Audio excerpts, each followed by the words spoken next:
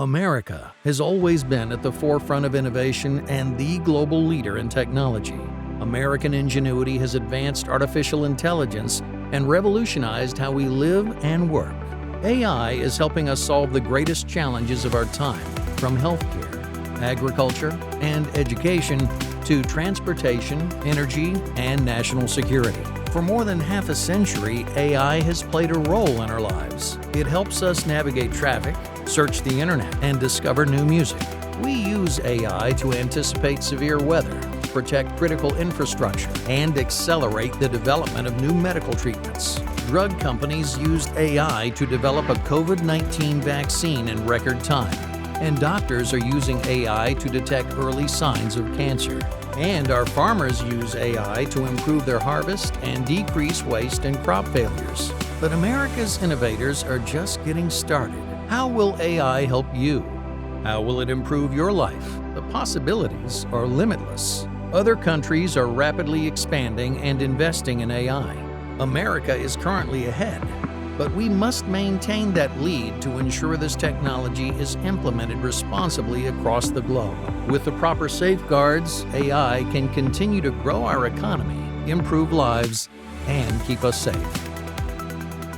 To kick off this morning's program, please welcome TechNet's President and CEO, Linda Moore.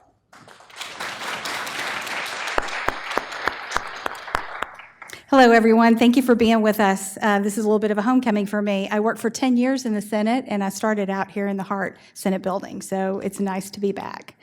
Welcome, everyone. For those not familiar with TechNet, we were founded in 1997 to promote the growth of the innovation economy by advocating a targeted policy agenda in Washington and across the 50 states. In addition to the federal team that you're meeting here today, we have 7 regional executive directors who oversee our work across the 50 states. On many issues affecting our economy and society, such as data privacy, our workforce, and today, as we're talking about AI, TechNet is actively advancing policy discussions at every level. Since our founding, we've been led by CEOs and senior executives representing dynamic American businesses ranging from startups to the most iconic brands on the planet, employing 4.5 million people and the investors supporting their growth. We champion policies that foster a climate of innovation and competition, allowing America's tech industry to flourish and lead the world. When policymakers are grappling with today's most transformative technologies, they turn to us. That's why we're all here today. TechNet member companies are leading the safe and responsible development and deployment of artificial intelligence and smart AI policy. Americans have been using AI for many years to help navigate traffic, search the internet, undertake research, conduct a spell check, vacuum their home, and discover new music. AI is also being used to more accurately predict severe weather, to protect critical infrastructure, defend against cyber threats, and accelerate the development of new medical treatments, including life-saving vaccines and earlier signs of cancer. But as I look at the news coverage of AI, I'm struck by how much of the conversation is focused on hypotheticals of what could go wrong rather than how AI is being used responsibly today. We need a more balanced, fact-based conversation. That's why yesterday we announced that TechNet is launching AI for America, a $25 million initiative to demystify and familiarize policymakers with AI and how it is being used to improve lives, grow our economy, and keep us safe. The AI for America initiative starts today with this event, the first in a series. You'll hear directly from leading American companies about the ways they're using AI to improve transportation, education, employment, and other sectors of our economy, as well as the policies needed for America to remain the global AI leader. You'll hear from Congressman Jay Obernolte, who's been a leader on AI policy and is one of the few members of Congress with a background in AI. We're honored he's joining us. You'll also hear from 2 top company executives, NASDAQ's Chief Technology and Information Officer, Brad Peterson, and GetAround CEO, Sam Zaid. Before we hear from them, it is important that we all have a baseline understanding of AI. That's why I'm proud to introduce the first speaker, Douglas Eck. Doug is Senior Research Director at Google DeepMind. Doug created Magenta, an ongoing research project exploring the role of AI in art and music creation. He's also an advocate for PAIR, a multidisciplinary team that explores the human side of AI through fundamental research, building tools, creating design frameworks, and working with diverse communities. Doug, thank you for joining us, and we're excited for your presentation.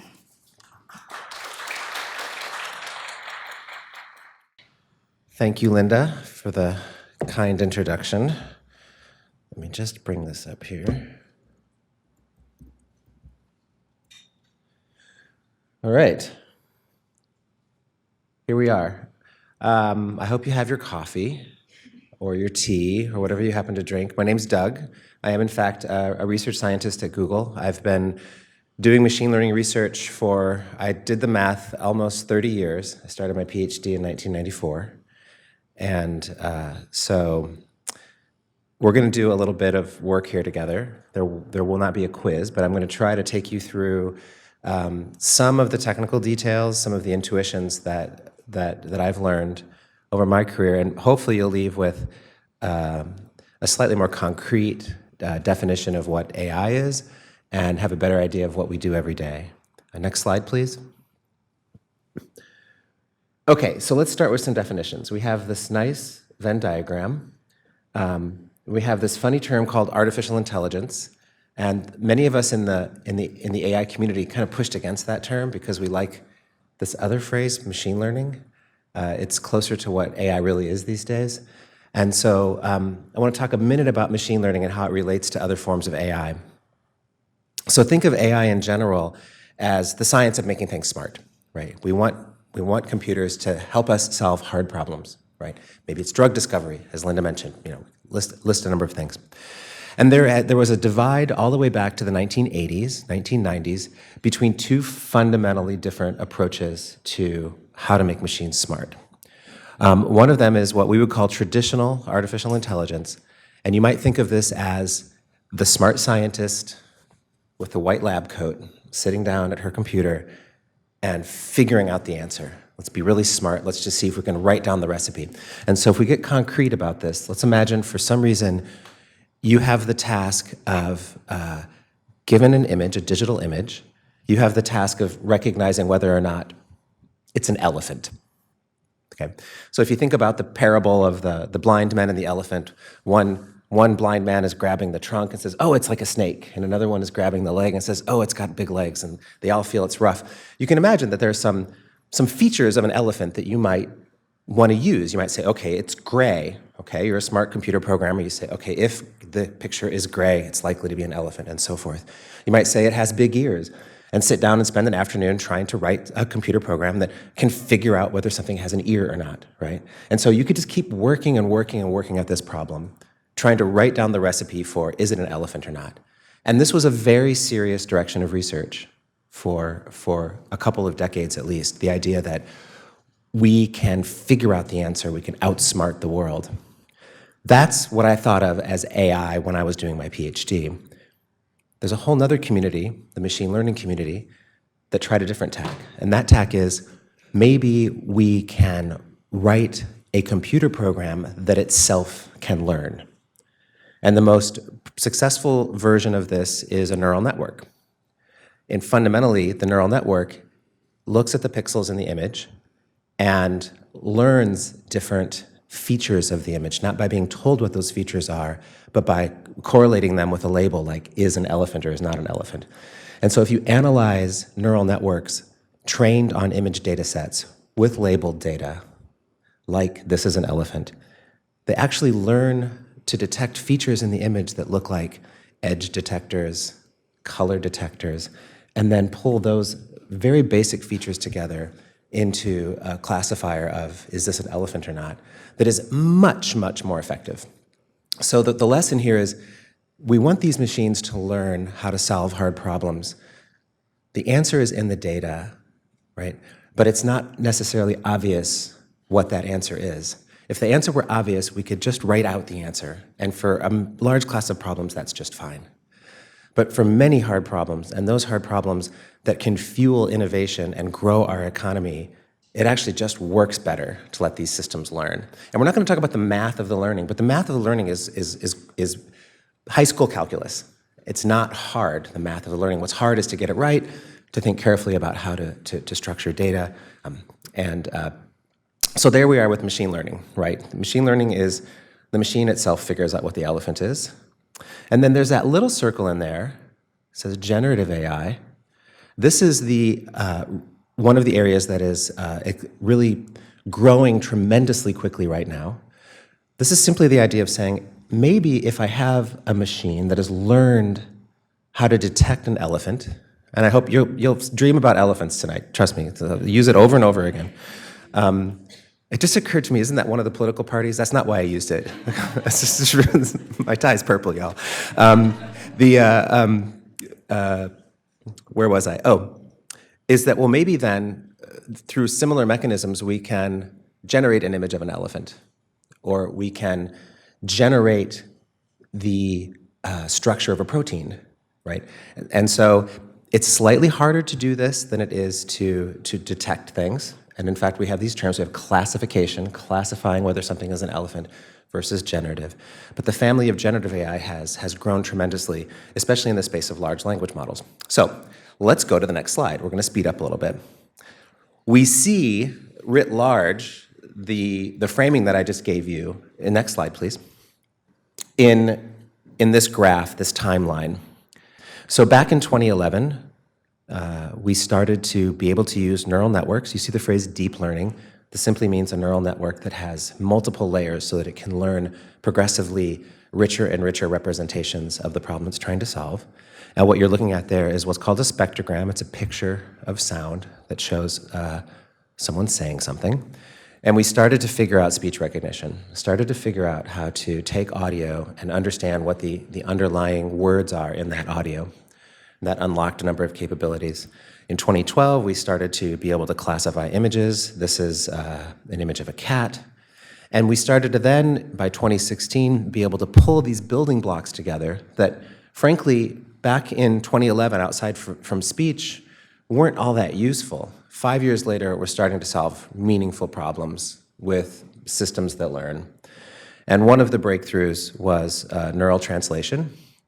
And at that point in time, we were using other forms of AI models, but effectively AI models that tried to write down the solution, that were using our knowledge of language grammar, our knowledge of how language is structured, that logical structure, and trying to leverage that for translation.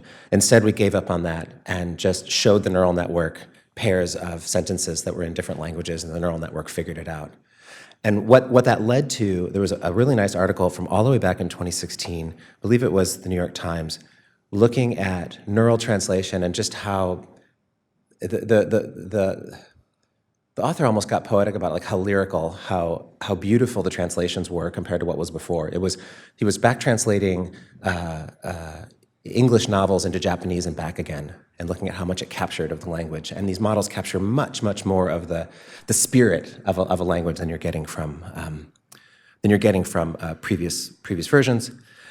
And then another tremendous breakthrough came, a new architecture called Transformer that landed in 2017. That came from our group, from Google Research.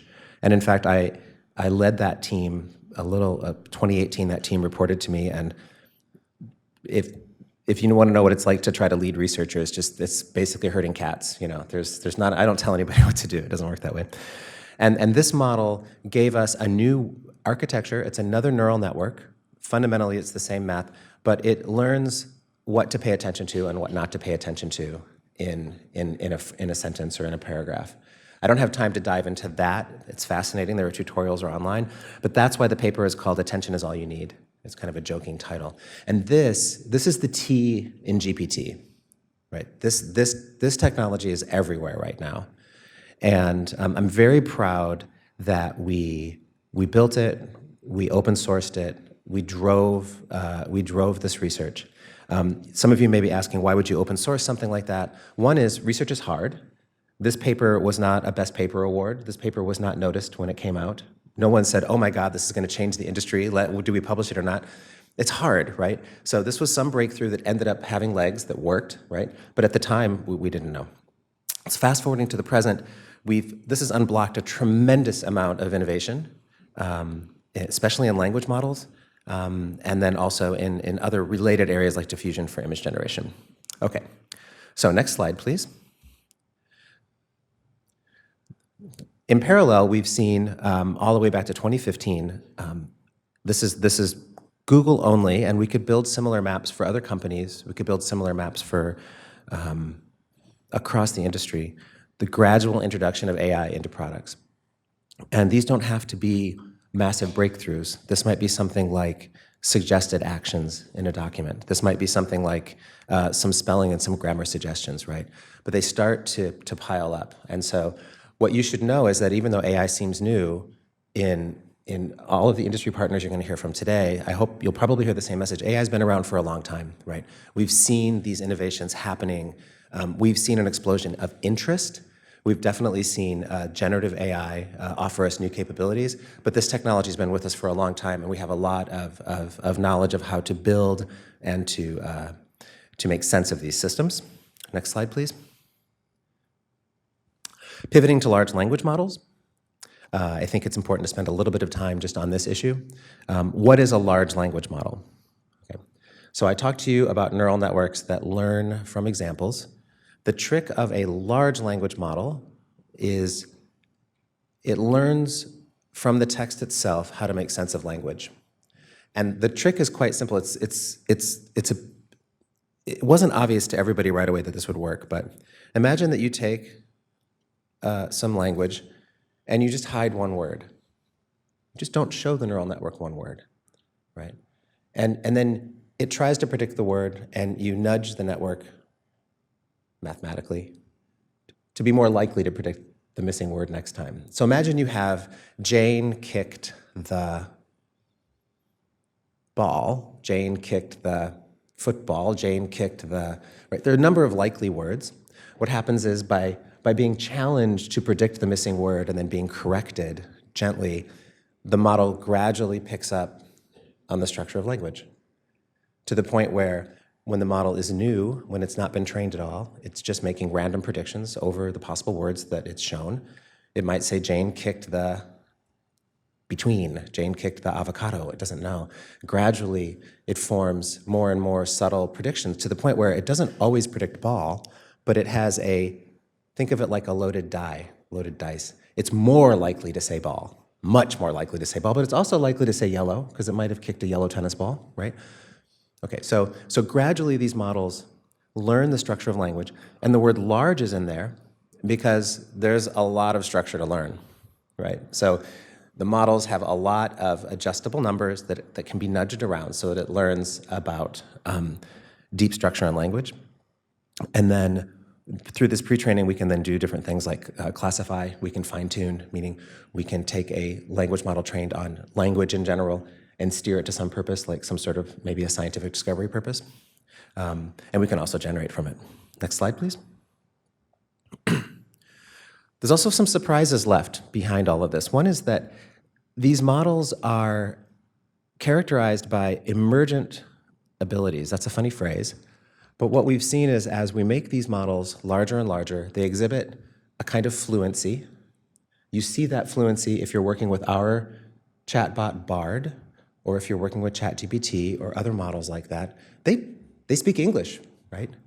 And underneath all of that, we've seen that as the models are larger, they reach a certain size, and they exhibit some surprising behaviors.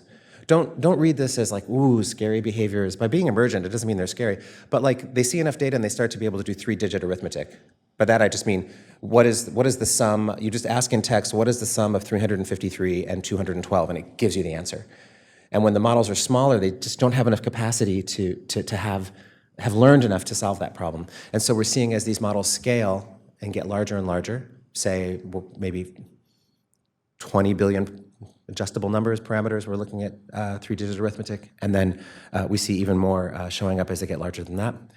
And they're also changing how we interact with data and intelligent systems. So concretely, you can think about this as translation, right? So we can translate from English to Vietnamese, okay? We have a recent project where effectively the model translates from English to controlling a robot in your home. And the way it works is quite clever. You say to the robot, imagine, this was thinking about especially people with disabilities, I spilled my Coke, would you please get me another one? And an intent like that, a high-level intent, it turns out hard in robotics. It's hard to give a high-level intent to a robot. What the language model does is it's trained to break it down to a bunch of smaller tasks. That's all the language model does.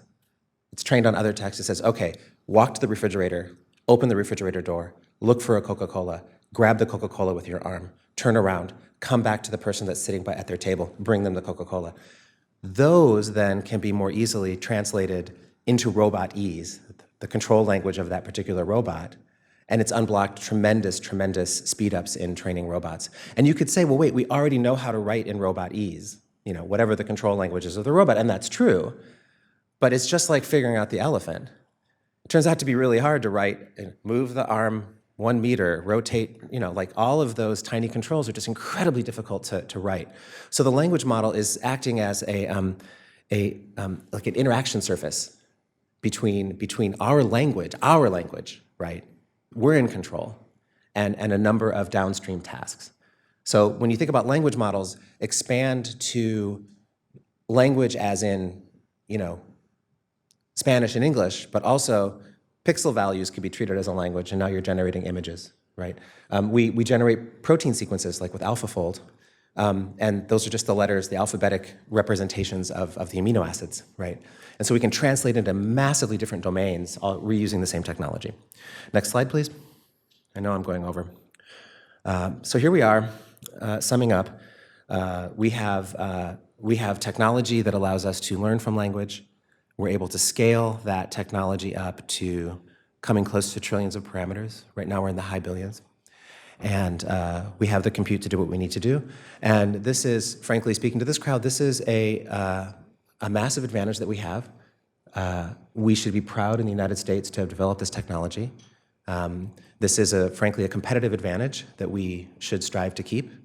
And at Google, we're partners in this effort to move the field forward safely and responsibly, and to continue growing the economy with this technology. Next slide, please. So finally, in this section, I wanted to point out, I've hinted at some of this already, but this transformative progress, this future discovery, we're talking about language models, we're seeing things like chatbots, which are great, it's fun, okay? But this technology is much more general than we might think. AlphaFold really almost solved protein folding.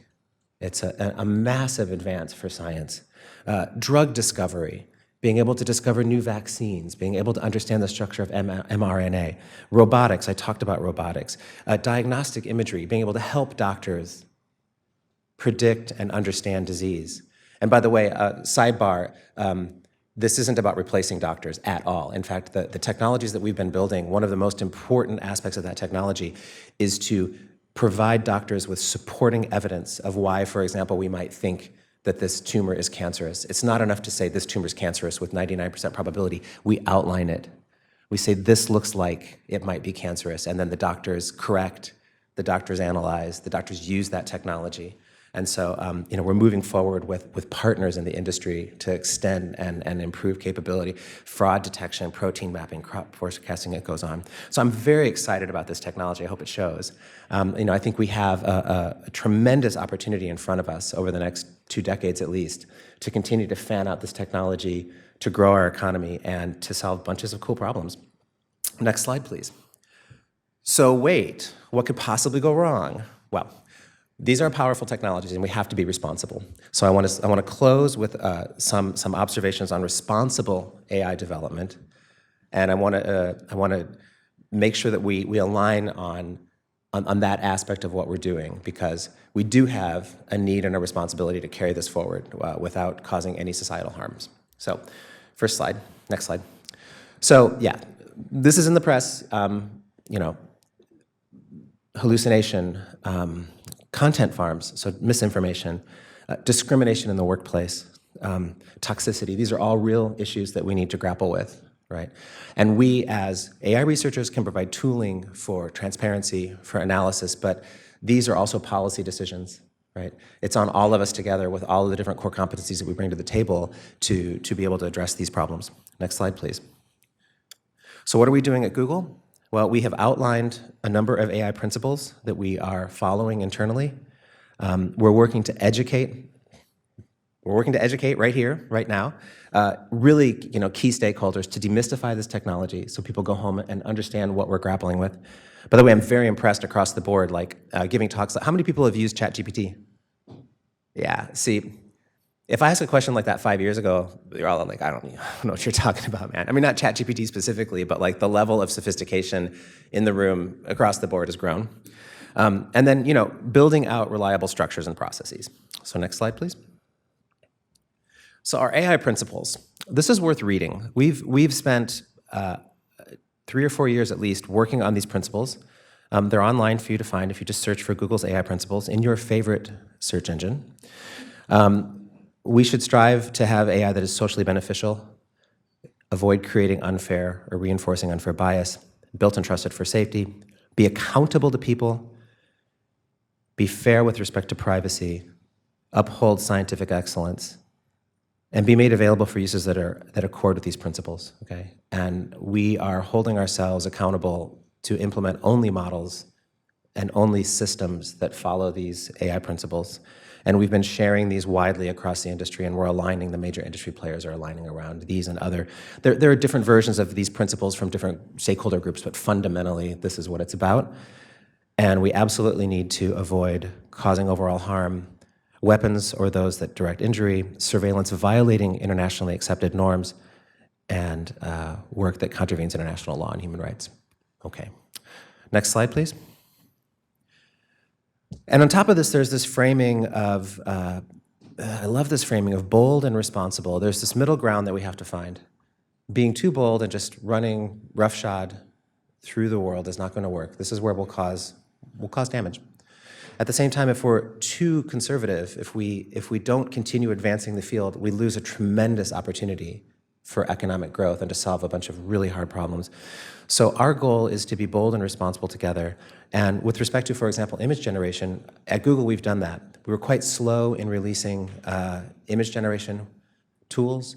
We wanted to understand the societal impact of these tools.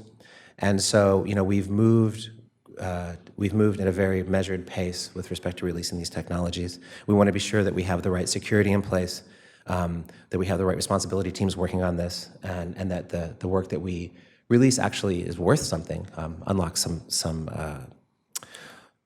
sort of opportunity that's meaningful. And hopefully this sets up, this is a chart that we use a lot internally, this flywheel of innovation. Research drives product. Product is used by users. Users tell us what works and what doesn't work. That comes back and feeds the research, right? And this is, the researchers in my group and the researchers across the AI world have really changed in the last 2 or 3 years to thinking about products, about building things people use every day. It's tremendously exciting. Frankly, that's because the stuff we built 10 years ago didn't work, not very well, right? So we're solving really small problems and moving kind of the math and the field, but now we're seeing an unblocking of real capabilities. And so researchers are thinking about, how do I build products? How do I take the insights from users and bring it back? And this is my last slide. We have a wide menu of applications: crisis support, speech, cancer screening. It's so great. The flood detection work is exciting. You've probably all used Google Translate. Fraud detection, the transportation industry, better representation of ethnic diversity in photos, what we all look like, and general productivity. It's a very exciting time. At 30 years, this is by far the most exciting 18 months I've been part of. I know I ran over a little bit, but I hope you learned a little bit about neural networks and about what we do. You'll sleep and think about elephants tonight, your favorite animal. And thanks for letting me run over a couple minutes. It's really exciting to be here. Cheers.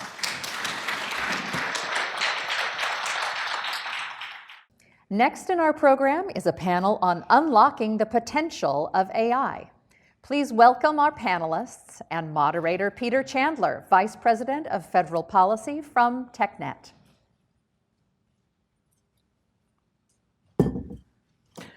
Great. Good morning, everybody. Good morning, everybody. That was fascinating. I learned a lot from that. Although I would dispute one thing. I took calculus my senior year in high school, and I thought it was really hard. I'm TechNet's Vice President of Federal Policy and Government Relations. Again, thank you for joining us today for our AI for Good event. For our first panel today, Unlocking the Benefits of AI, We are joined by 6 TechNet member companies that work across the industries of education, hiring, financial software, online marketplaces, identity verification, and real estate. We're excited to showcase just a few examples of how AI is being deployed for good. To begin, I'd like to welcome our 6 panelists and ask each of them to introduce themselves and their member companies. Let's begin with Chris McNeely. Hi, I'm Chris from Chegg, and Chegg is a educational technology company focusing on saving students time and money and making them smarter. And we started off by renting textbooks, and now we serve over 8 million students with digital educational services. We believe students should have every opportunity to succeed in school and achieve their career aspirations. And we think that with generative AI and technologies today, we can empower students to learn more efficiently and more effectively.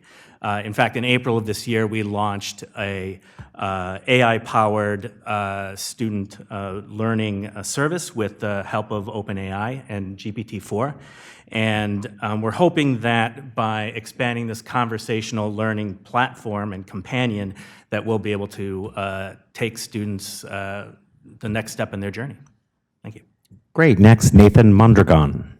Thank you. Good morning. I'm the chief IL psychologist with a company called HireView, and HireView is an organization that works in the HR technology space, predominantly providing technology to unlock opportunities for individuals to identify and achieve their career potential and whatever job it is that they want in their career aspirations, sort of thing. So my team specifically at HireView, a team of psychologists and data scientists, et cetera, the science team at HireView works to use AI in a variety of different methods that we'll talk about a little bit later to facilitate that hiring process and identifying the best match and potential of individuals for whatever job it is that they're interested in achieving and obtaining.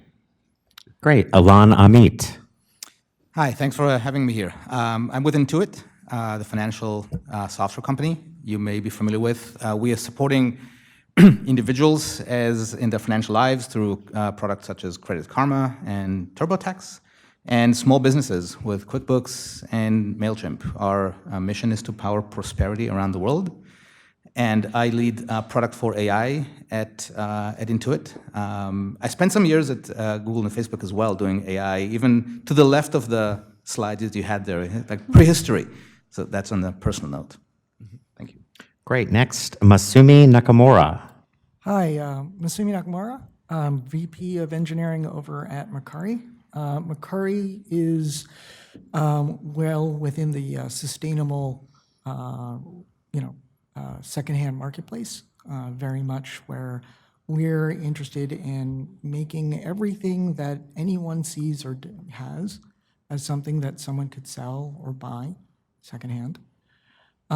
Very much a lot of what we're very interested in is furthering using technology as a platform to both create that means by which physical items can be translated into this digital item world and then translated back through transaction. A lot of the AI that we've been doing have been around very much what you would expect. Recommendations, trying to get people to create descriptions around the information of the item in an easy and understandable way. Most recently, we did a MerChat interface where we, working with ChatGPT, we made it very easy for people to interface and get our items in a conversational way. So very much looking interested into where this is all going to go. Thank you. Katya Mar. Hi, good morning, everyone. This is Katya Mar, and I'm here representing the fraud protection industry. I've been very lucky to have spent my career in cybersecurity space. I've worked for a variety of startups in Silicon Valley and outside of it, solving different problems with AI and disrupting markets such as finance, healthcare, life sciences, and real estate and e-commerce as well. And today I'm working with this wonderful company called Onfido. It's a UK-based company, but a global big company that exists in digital identity, remote identity verification space. And as everything has moved online, so has fraud. So we exist at this very interesting intersection of human expectation for instant gratification when they want to open a financial banking account or get into a gaming site just at the time of the big game, or they want to rent a car seamlessly, or before that, when arriving at the airport or departing for the flight, wanting to go through the security without being bothered. So on one hand, you have that desire. On the other hand, you need to be sure that the people doing that are who they say they are, to both protect the individuals with identities as well as the companies that are servicing them. And that's where Onfido is in this intersection. And we have really cool AI that helps solve this problem. Thank you. And last but not least, Farah Akoum. Hi, everyone. I'm Farah Akoum. I'm Senior Director of Product Management at Zillow. I have 15 plus years of experience in the AI field. Worked on different applications, machine translation, risk, identity, conversational AI. And at Zillow, we're focusing on how we can use AI to basically make home a reality, whether people are here to rent or buy or finance or sell. Since 2006, actually, since inception of Zillow, we started with the Z estimate. So this is basically a machine learning algorithm to predict the home value. And so you can imagine how this has democratized access to a key part and information of people's welfare, and also reduced barrier and bias towards things where it was mostly related to people, and now it's based on objective data. And since then, we continued using AI. You can see it today on our app. We're the first real estate app using natural language search, so that people can say two-bedroom apartment, with an open concept kitchen, etc., to make it more efficient. And during COVID, people were flooding on Zillow because we have, virtual tours, which are computer-based algorithm based on, photos, where people can have a deeper sense of a home. And this is how AI can help you make better decisions in a much more safe and equitable way. So I'm really excited to be with you today to talk about real estate, AI, and also some of the guardrails there. Great, fantastic. Thank you, everyone. These are just 6 of our member companies. We have nearly 100 at TechNet, and virtually every one of them is using AI in many of the ways that you've heard from already today. Let's go to Alon of Intuit for our first question. I do just quickly want to take a point of privilege. Thank you, Intuit, for getting me the first federal tax refund since leaving Capitol Hill 4 years ago. I really appreciated the help.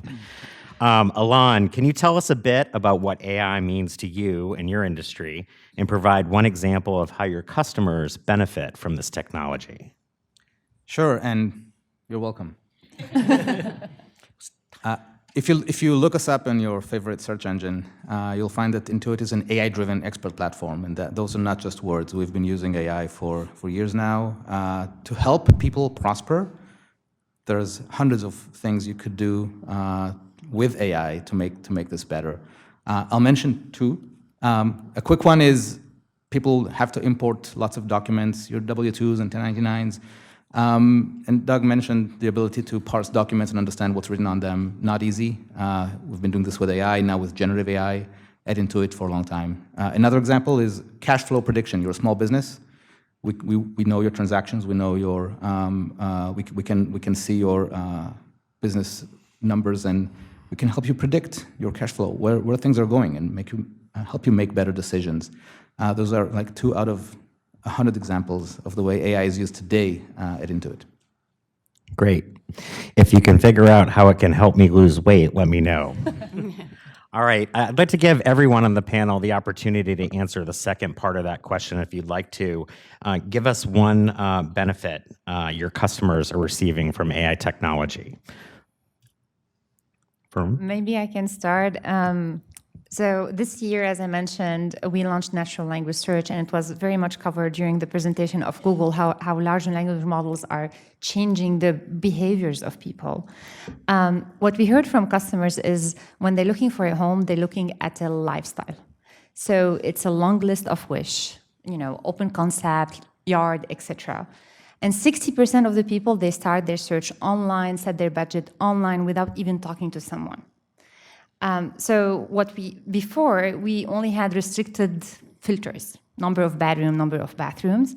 And now with the new large language models, including BERT, one of the models from Google and others, we are able to basically provide a way for people to express themselves naturally, like they're talking to an agent or a friend, and say, I want a home that has a big backyard, etc.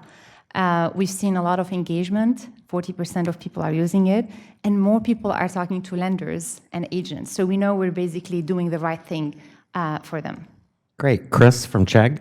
Yeah, I think this goes back to Doug's presentation, but our students don't know how to talk about the course they're trying to learn, right? And so there's kind of a translation problem, and maybe this is the challenge you had in calculus. You don't know how to talk about calculus until you learn calculus. And so being able to chat to an AI and use the words that you're familiar with in the way you want to ask the question, and then have it be able to translate and then explain it to you in the language that you understand, and extend that across the semester so that it gets more sophisticated as you grow and learn the language of the course, we think is going to be very powerful for our students. Great. Nathan? Yeah, so after they go to school and before they can buy a house, they have to get a job. Right? So one of the things that we do is we help facilitate human decisions in using AI in the hiring process. So some of the outcomes that we've had are certainly efficiency outcomes, like one company went from a 4-week hiring process to 4 days by using the AI. So people are getting jobs quicker, et cetera.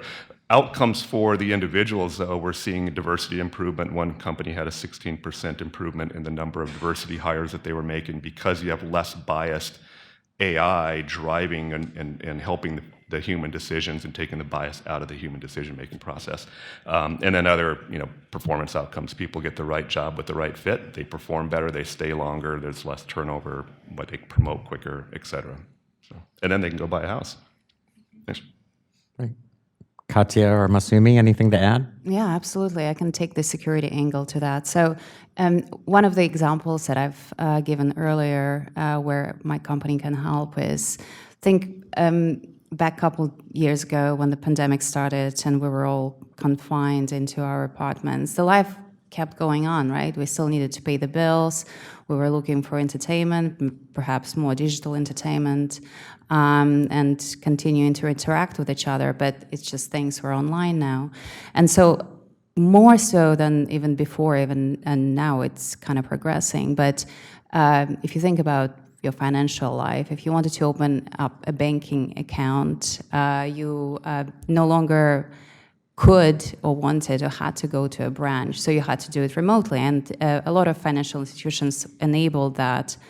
And so the process goes as they will ask you to present a document, an ID or a passport, and take a picture of that in front of the screen, doing it with your phone. And then after that, take a picture or a quick video of your biometrics, your face usually, and then match that biometrics to a tiny, teeny picture, pixelated picture on the document to be sure that they belong to the same person. It's the face matching.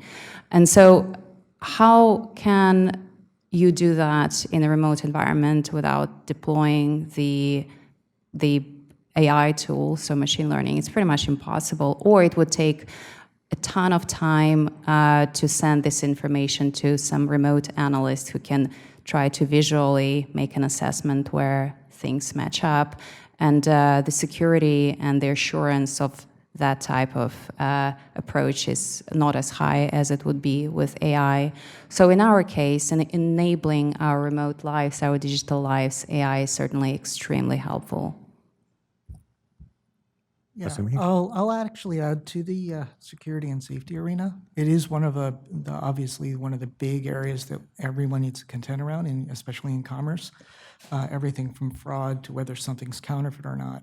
So the use of AI we do is we attempt to detect whether or not something is truly what a person has described, or is something that the individual has over time proven that they are actually a good lister and seller.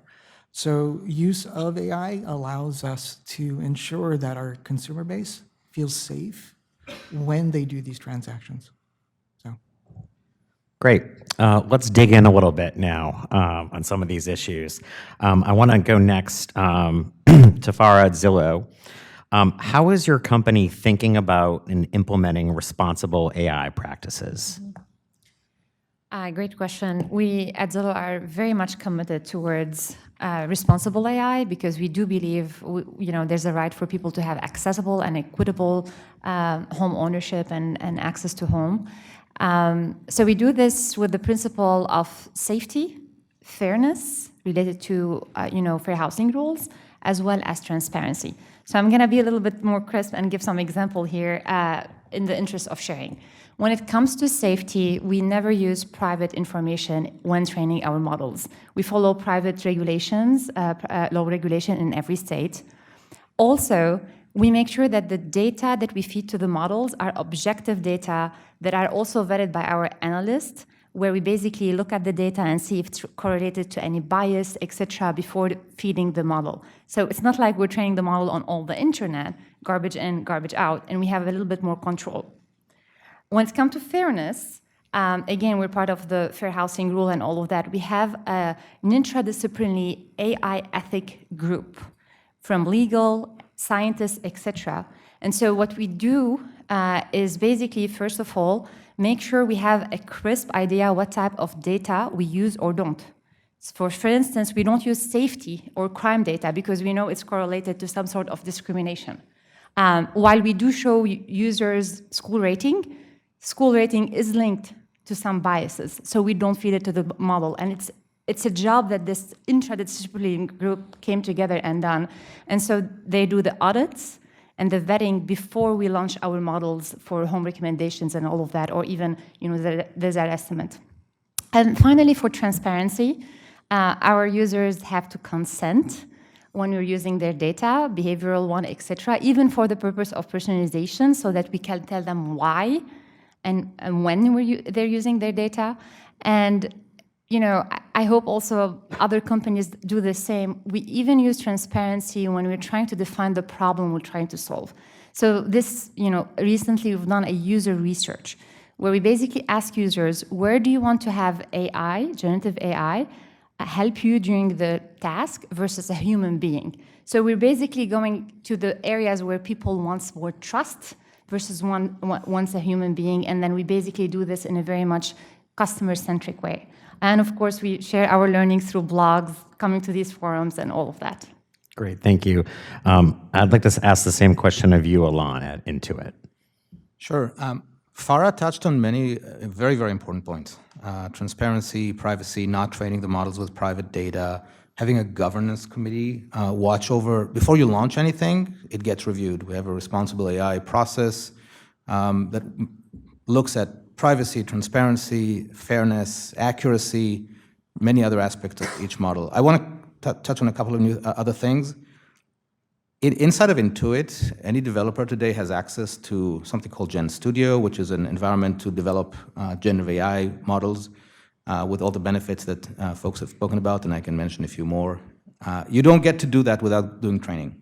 Like literally on the screen in front of you, you don't get to log into the tool without checking a box that you've gone through a responsible AI training, so that every developer, thousands of developers across the company, have gone through that same training. So it's not only the system that enforces it, but people know. People know what they're supposed to achieve, what they're supposed to do with all the dimensions that were mentioned here, which are very, very important. So just to give one example, generative AI today, for small business, email is key to keep in touch with their customers and to grow. Writing the content for email marketing takes thousands of hours per year, and a small business owner is not necessarily a marketing person. They don't enjoy doing this. We just recently launched through MailChimp the ability to write email marketing content for you and just literally say, I need a promotion next week for this category of products. The email just gets written, you can edit it. So that's just an example of the thing that people do with generative AI, but they do it within this framework of responsible AI with a very diverse committee of governance and this responsible AI review before anything gets launched. Great, thank you. To go a little bit further on this, we've heard how we're implementing responsible AI practices. And I'll turn to you, Nathan, for this first. Behind all of this technology are humans, right? What are some ways that AI can be used to address or improve issues in human decision making? Yeah, thank you. The best way, in our opinion, is to mimic human decision making, but you have to remove the bias out of the decision making to build your data set so you don't have a biased data set. So there's training applications that are used in our field when we're trying to collect human data to then build algorithms upon that data or based upon that data. You need to get the bias out of that data. So we run the human raters through various training programs, et cetera, so that they can evaluate. Let's say we're evaluating an interview response. They can evaluate that interview response for fit for a job in an unbiased manner, and then you build the algorithms based upon that. But we've also extended that even further and looked at different methodologies. So the field of biopsychology has a long history of measuring discrimination and bias in various talent tools like hiring. So we use those statistical methods and have expanded upon those to actually look at ways of removing the bias out of an algorithm. If you have enough data, you can do that without losing the prediction of what you're trying to predict, whether it's a job fit, success in a job, some personality measure, whatever it might be. So our approach is design the algorithms you have less biased data if you can, as much as possible. If you can't, then design methods to remove the bias out of the ultimate algorithm that gets built, so you minimize that bias, and then countermeasure that against human decisions on similar data sets without the assistance of AI, and you can start to look at what are those differences in discrimination as the last step, and then publish those results, right? So we've gone a long way of trying to publish in academic journals, peer-reviewed journals, et cetera, and books around the methodology and the design principles behind this. Great, thank you. I'm going to go next to Masumi and then Chris. Once again, I mean, Nathan's spoken quite a bit on where it ought to be going. For us, the other thing I'd like to add is to the point that everyone's making around data. Data, the input, the output, really the input matters most, and how we humans ingest it needs to also be mimicked and properly mimicked within the AI system. For over in the e-commerce side that we do, one of the other areas that we really want to pay attention to is how the AI begins to show us stuff that we never thought was possible in ways that both delight us, but also keeps us very safe. That arena is something that we're very much dedicated to doing and implementing both the tools, the processes in play. Chris? Yeah, I think accuracy and completeness is always the highest priority for Chegg in our answers, and so mostly with STEM, calculus, physics, electrical engineering. Those are the subjects that AI models aren't that great on, but they'll sound confident, right? They'll sound like that's the right answer, even when it's not. And so our platform takes our 150,000 experts that are on staff, have them answer questions manually, continue to do that process, but then also QC, quality control, manual answers plus the AI answers. And then that data feeds back into the model to improve the results going forward. And so we've spent the last 8 to 10 years perfecting this manual review process, and it just flows naturally into our AI training and the improvement of our models. Because again, our students don't know whether the answer is right or not. They depend on Chegg to tell them that this is the right answer. Great, thank you, Chris. Just a little advocacy point here for what you mentioned and for all of this technology your companies are using. This is why we work so hard with policymakers to try and increase investments in STEM education and also change some of our immigration policies to attract the best and brightest to America because we need people implementing this technology. I'm going to go next to Katya. And it's a similar question, but you do so much with, the digital verification. How do you make sure that the AI isn't actually exacerbating exacerbating biased outcomes? It's absolutely great question. I want to start by reflecting on what Masumi has just mentioned about some of the benefits of AI. Of the way we use AI, this is a fraud protection, right? And there is a gazillion of fraud vectors that we're aware of, so we can just do a somewhat simpler matching to what we already know. But there's also so much cybercrime and so much fraud that's happening that we don't yet know about. So how do we protect the companies from breaches? How do we protect individuals from their personal information being stolen? This is where AI can be extremely helpful because when trained properly, it can predict the future types of fraud. It can prevent those attacks from happening as they happen instead of us having to deal with the damage of that. So the benefits are quite clear. At the same time, going back into the bias conversation, thinking about the digital identity verification or identity verification in general, right? When a clerk in a bank is verifying your identity and potentially could be a biased human individual, as we all are by design, there is some kind of bias that exists within all of us. That individual can impact one life at a time. When we're thinking about AI, an automated way of verifying identities, the machine, if biased, it can impact the lives of tens of thousands of people or more. So it's extremely important for us, for the companies providing the services, for us companies that provide the service of fraud protection to take in that concept and develop the machine learning models, develop the systems that keep the bias in mind. In fact, all the models that we develop, we sort of assume that at first that they are all biased and work backwards off of that. Specifically at Onfido, when we're talking about identity verification, a part of that is verification of your biometrics, which is kind of where the bias can flourish potentially. And so there you have age, gender, ethnicity, and also accessibility limitations. So a lot of times, the bias in machine learning models, in artificial intelligence, comes from insufficient diversity and variety in data sets.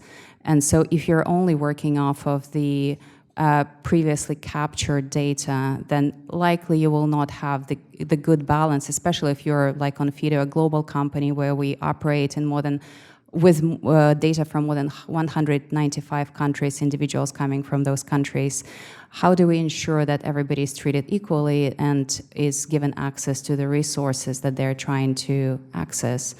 And so this is where actually the generative AI can be extremely helpful to us, because if we are aware which data sets are missing, lacking the data, then we can help AI create those biometrics to supplement our data sets, and we now can train our models based on much richer sets of data and hopefully be less biased, to eliminate bias. Another point I want to make is it's what I strive, and our company is very good at that, because we're very extremely open about measuring bias in our own systems. We constantly publish how we perform, how we improve, or how we decline. We last year we released a really cool AI bias white paper that could be helpful even for consumer, just to read how that stuff is done. So we stay at the forefront of that. But the transparency about how our data is processed in everyday life is something that we as consumers should be demanding of the companies that we interact with. AI has sometimes a bad rap because it's perceived as a black box. Well, AI bias is even more scary in that concept. So the transparency behind the processes that the companies deploy to address AI bias, the principles that stand up upon, and their progress in addressing potential bias within machine learning models, within their data sets, is something that we should regulate, I think. Great. I know the answer to this question, but I'm going to ask each of you to answer it yes or no. So what you're saying is it's important to get AI right, eliminate bias to the best of your ability, and deploy this responsibly in order to maintain faith with your customers. Just go down the line. I just want everyone to hear that in no small part we're doing this because it's important to customers. 100%. Sure. So it's all about building trust with the customers. What I wanted to add, it is part of the data and transparency, but we need to also understand sometimes our customers themselves are biased, right? So for instance, we have a lot of customers who wants to search for home in safe places, but we know that this is correlated with bias. So how do we address this without them feeling frustrated, right? Or in grades, again, rating schools, etc. And the way also to address it is in the spirit of establishing trust and dialogue is this full circle, right? Of like enabling customer to give feedback in the UI, in other things, so that if something goes wrong, we actually have the right processes internally to go and react to that thing. But 100%, we are here in a new adventure with AI, very much like we secured the way we drive the car after we had horses. It's the same thing here happening, where we have to understand what's the seatbelt and all of that science. Great, thank you. Alon? Just wanted to add, we spoke about the risks of bias and how we must ensure that our AI methodologies eliminate or reduce bias, and that's super important. I also want to speak about the flip side of that, which is the promise of AI to reduce bias that already exists inherently in the system. One area where we see this is in lending. Small businesses apply for loans a lot. Small businesses need cash. If you ask small businesses what is the biggest challenge facing them, they're always strapped for cash. QB Capital, one of our products, is offering loans to small businesses, and we do this at scale because we have over 10 million small businesses that we serve. Those loans can be offered because we can use AI to predict risk and understand who we can offer the loans to. 60% of the businesses who receive a loan from QB Capital confirm that they could not have gotten this loan elsewhere. They tried and couldn't get it. So AI can reduce bias in society and in our economy if we use it responsibly. That's a great point. Chris? Yeah, I think, our students use Chegg because they have trust in us and the high quality of the answers. Anecdotally, we get questions from our students saying, I generated this answer with ChatGPT. Is it right? Right? And so they need to know that the thing they're learning is what they should be learning. And so we're focused on, keeping that trust and expanding that trust, and then helping our students learn in the way they want to learn as well. Great. Nathan? Yeah, I think one thing to add, the removing bias to your best possible level within the algorithm is spot on. Everybody has to do. They have to be transparent about how you develop it, et cetera. I think I would add what's called an explainability statement, and we published last year the first explainability statement in HR for AI. There's been others that have been done, but that, I think, takes it to the next level, which is, here is how we've developed the AI, here's how we've measured bias, here's how we've minimized bias and improved it, and here's how you can then do the same thing if you want or you so desire. And that gets into the trust in the, for the general populace or your buyers or whoever it might be. Those explainability statements get pretty detailed, but they're very valuable, and I would encourage more people to explore that. Great. Masumi, anything to add? I want to make sure I give you a chance on this one too. Sure. I mean, obviously, much like everyone's saying, we need to reduce the bias. But I do want to add, lastly, there is that AI is a tool. At the end of the day, it is a reflection of what we choose to do with it, as well as a reflection of who we are. And the real question comes down to whether or not we want to put the best foot forward of who we are utilizing these tools. And ultimately, Alon brings up the good point about helping reduce bias within ourselves. This is the key element. Any tool can be used for both good and ill, and it's really about who we are, who uses it. Great, thank you. I'll give everyone a chance to answer this question. There's been an explosion of interest in Washington and the administration, on Capitol Hill, and in state legislatures all across the country about AI. And what is our AI policy going to look like? In your view, is the current regulatory landscape supportive of the evolution and adoption of AI in your industry? And let's start at this end of the table with Farah, and we'll just work our way down. In my view, it is actually a great thing that we have the discussion that is opened like this, and we want to have these sort of policies and regulation to guide our work. So it takes a whole team. Now, obviously, we would like to have it a little bit more advanced stage so that we can unlock the innovation as well in a very much secure space early on. So hopefully we'll get to that point, but we welcome all of these efforts to push towards the regulation for more AI, for AI.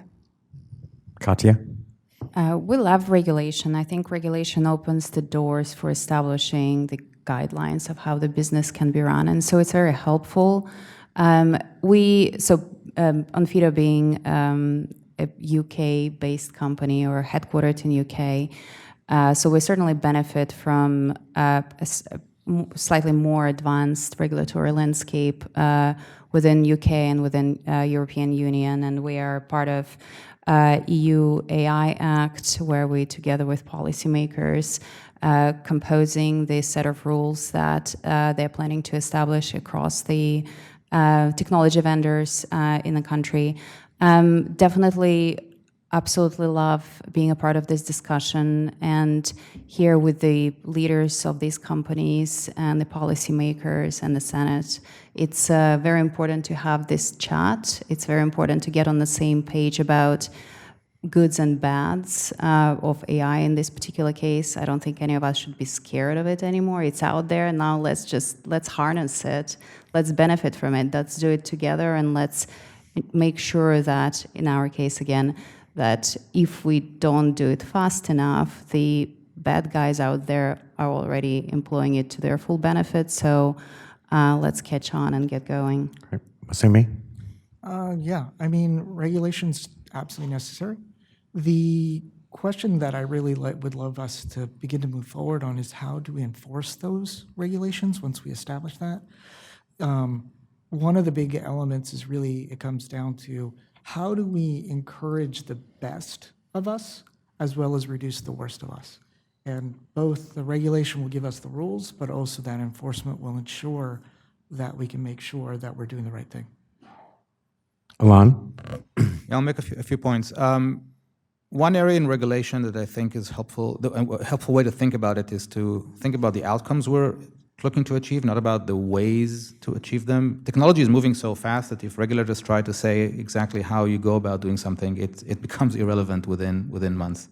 However, specifying the outcomes, the what are the things, transparency, no bias, safety, security, accuracy, those things are important. And I'd encourage everyone to look up the NIST AI framework that was published. I think we think it's a very good one, a very good starting point. Another thing to think about is simplifying the landscape. So I'll give an example of privacy. Privacy is crucial, and it's fantastic to highlight it as a requirement. Right now, our small businesses need to wrestle with, I think, 13 different privacy laws in different states. Every small business operates across state lines. Everything is done online. Having a federal privacy law will just simplify that. So we think it's a great thing for our customers. Great, Nathan. Yeah, I would mimic that comment.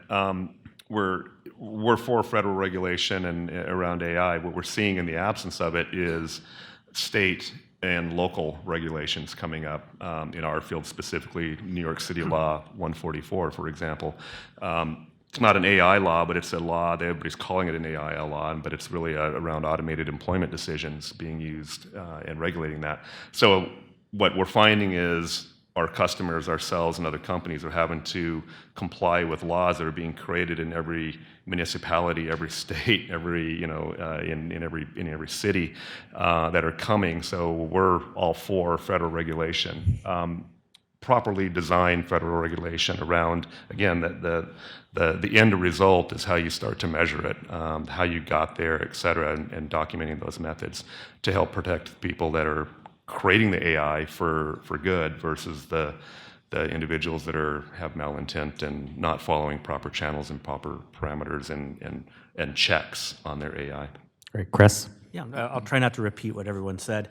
The way I think about it also is it's going to be different by sector, right? Different sectors are going to need different levels of regulation. And so some are, more high risk, some perhaps are less. And there's also different use cases that should have different tiers of regulation. So there's, what's the next TikTok video I should watch, right? That's probably less risky than, should I get a loan, right? Or other use cases. So I think by mapping this out by sector and by tier, I think you can have different levels of regulation that can promote safety, but also continue to push forward on innovation, which I think we all agree want to keep pushing ahead on. Great, thank you, Chris. I do just want to point out, please use TechNet as a resource. I want to personally recognize Megan Dorn on our team, who handles AI. She did a great job putting this event together today. But like I said, 100 companies, we want to talk with you about this, so never hesitate to reach out. Lightning round, super quick, short answer. Take out your crystal balls. What is the one big thing you want to see AI solve for good in the next 5 years? Chris? Sure. I'll stay away from jetpacks and translating what my mother-in-law is telling me. But I want to focus on emotional support, right? What we learned in COVID is students are struggling. Like, they don't know how to cope, and they're a little further behind. And so just pushing ahead on emotional support, building something that people can talk to and can relate to and communicate with in a supportive and an empathetic way, I think is exactly what I want to see in the next 5 years. Great. Nathan? Yeah, I think I would focus on agriculture and healthcare and not really thinking about Western civilization, but really populations that don't have the benefit of the agriculture and healthcare that we do. In the end, if AI would be ubiquitous as our mobile phone, we'd be there, I think. Alon?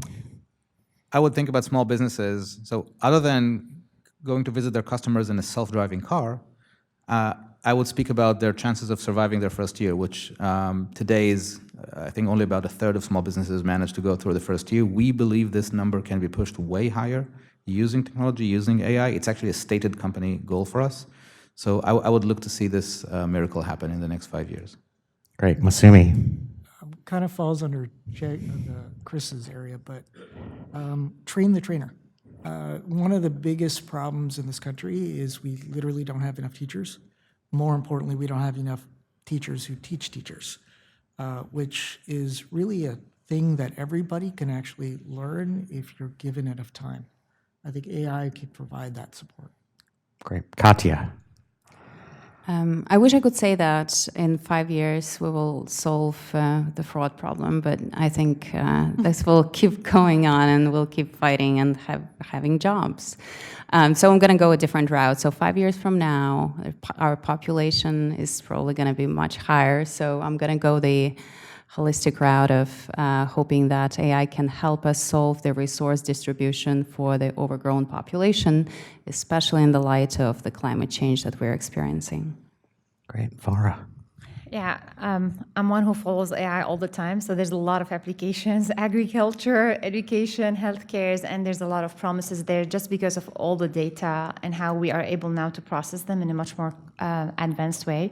But going back to the real estate, the question to the team here, How many of you have bought a house or is thinking about buying a house? Raise your hand. Keep it high, keep it high.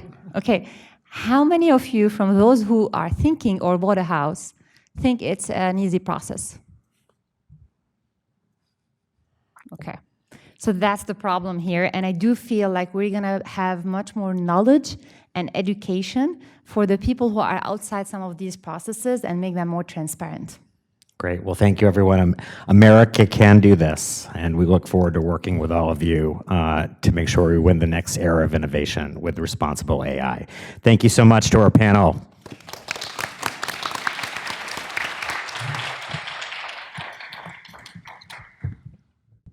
Our next topic is AI and the financial system. Please welcome Brad Peterson, Chief Technology and Information Officer of NASDAQ, joined by TechNet President and CEO Linda Moore. Hey, Brad, thanks for being with us. Appreciate it. I have to do a shout out to NASDAQ, too. They've been a member of TechNet for a very long time, and your Executive Vice Chairman, Ed Knight, is not only a longtime friend of mine, but also our chairman. So we greatly appreciate our partnership with NASDAQ. Thank you. Excellent. And there's Ed standing up. Ed, so, hey, Ed. Thank you, Ed, for all of your leadership. We appreciate it. So let's dive right in. So tell us a little bit about yourself and your role at NASDAQ first, Brad. Sure. So I joined 10 years ago. So I had a career in technology the whole time, mainly on the West Coast in Silicon Valley, but I was in telecommunications, in financial services at Charles Schwab when the web trading and internet boom happened. And then I was at eBay and PayPal. And then back to Schwab running technology in a similar role, CTO and CIO. And then 10 years ago, I said I'd never live in New York City, and I had the opportunity to come lead the technology at NASDAQ. So I did move to New York City, best thing I ever did. And we've really changed the company over that 10 years. Mm-hmm. Yeah, that's what I wanted to ask you about next, is most people think of NASDAQ as a stock exchange, but they don't really understand that you're a fully fledged technology company now. And I know that was a huge priority of your CEO, Adina Friedman. And I want to just ask you, how has that positioned you to really lead in AI? What has that transformation at NASDAQ been like for you? Yeah, and of course, everyone does know the NASDAQ market, and we started that, and we had one market just over 50 years ago. We also have many of the TechNet companies are NASDAQ-listed companies. So that's what everyone thinks about with NASDAQ. What has happened, though, we've really grown to be a global technology organization, and Adina chose those words. She had a choice of saying we're a technology-enabled financial services firm or a fintech company. And she really, when she took over as CEO over 6 years ago, thought about the strategy and said, you know, we are really a technology provider, so we're a technology company. And she was bold enough to use those words rather than, I would say, the less and kind of ambiguous fintech. You know, what is a fintech really? So I give her a lot of credit for having that vision. And what has happened over 10 years is we provide technology to, and we own and operate 27 markets in the US, Canada, and in Europe. And by being a technology running this critical infrastructure for those countries and societies, we've perfected software that when it comes time to modernize around the world, oftentimes other countries and exchanges and financial companies will say, maybe I should look at buying this rather than doing it myself. I don't have the skills. So we have become the leading provider of technology. So if you think of Salesforce or Workday, people used to build their sales systems, they used to build their financial and accounting systems. Now you buy it because it's a much better system, and it's across a much wider group of folks. That's what we are. Some people don't know that piece of it. And then the other thing that happened during that time was really the modernization of infrastructure, and really I'm talking about cloud and financial services, and even more so financial services in other countries. cloud has been adopted very slowly. NASDAQ has been on the lead of cloud adoption. So we have taken regulated systems, we've worked with our regulators to get in Europe and in the US with the SEC to get cloud infrastructure to be something that is accepted, and we pioneered that. It turns out that positioned us very well because that's where the AI revolution is happening. It's really happening on top of a cloud foundation of data. Got it. And what's your approach to AI with respect to your customers and also your employees?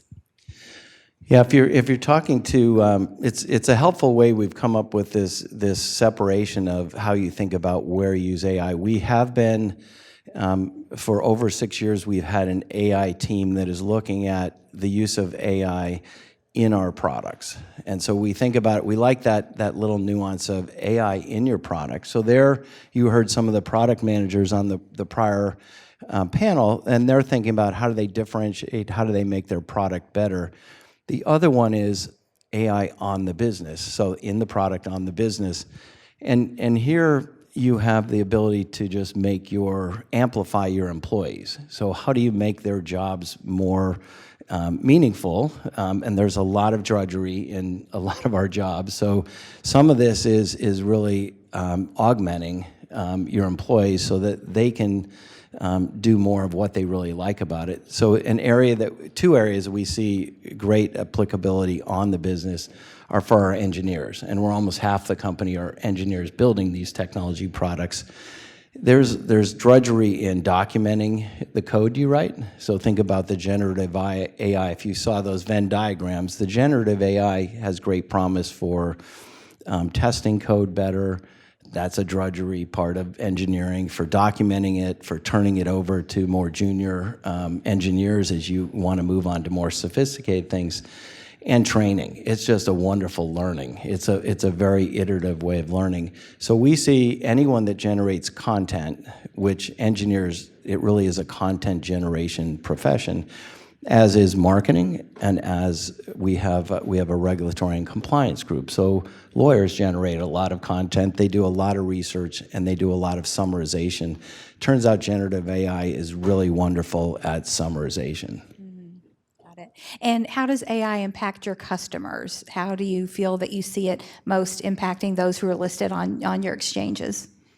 Yeah, so for our customers, that as evidenced by the prior panel, just about everyone that's a technology company, everyone that's most of the NASDAQ listed companies, we have a lot of the biotech firms. So I think you made some comments in your intro about just where we think this can benefit human health and solving serious problems there. So I would say the biotech firms, the medical service industry is going to benefit greatly. And then the technology companies and banks, anyone that has to deal with bad behavior on their platform or fighting fraud. And Katya had a lot of great examples there about how it's related to fraud.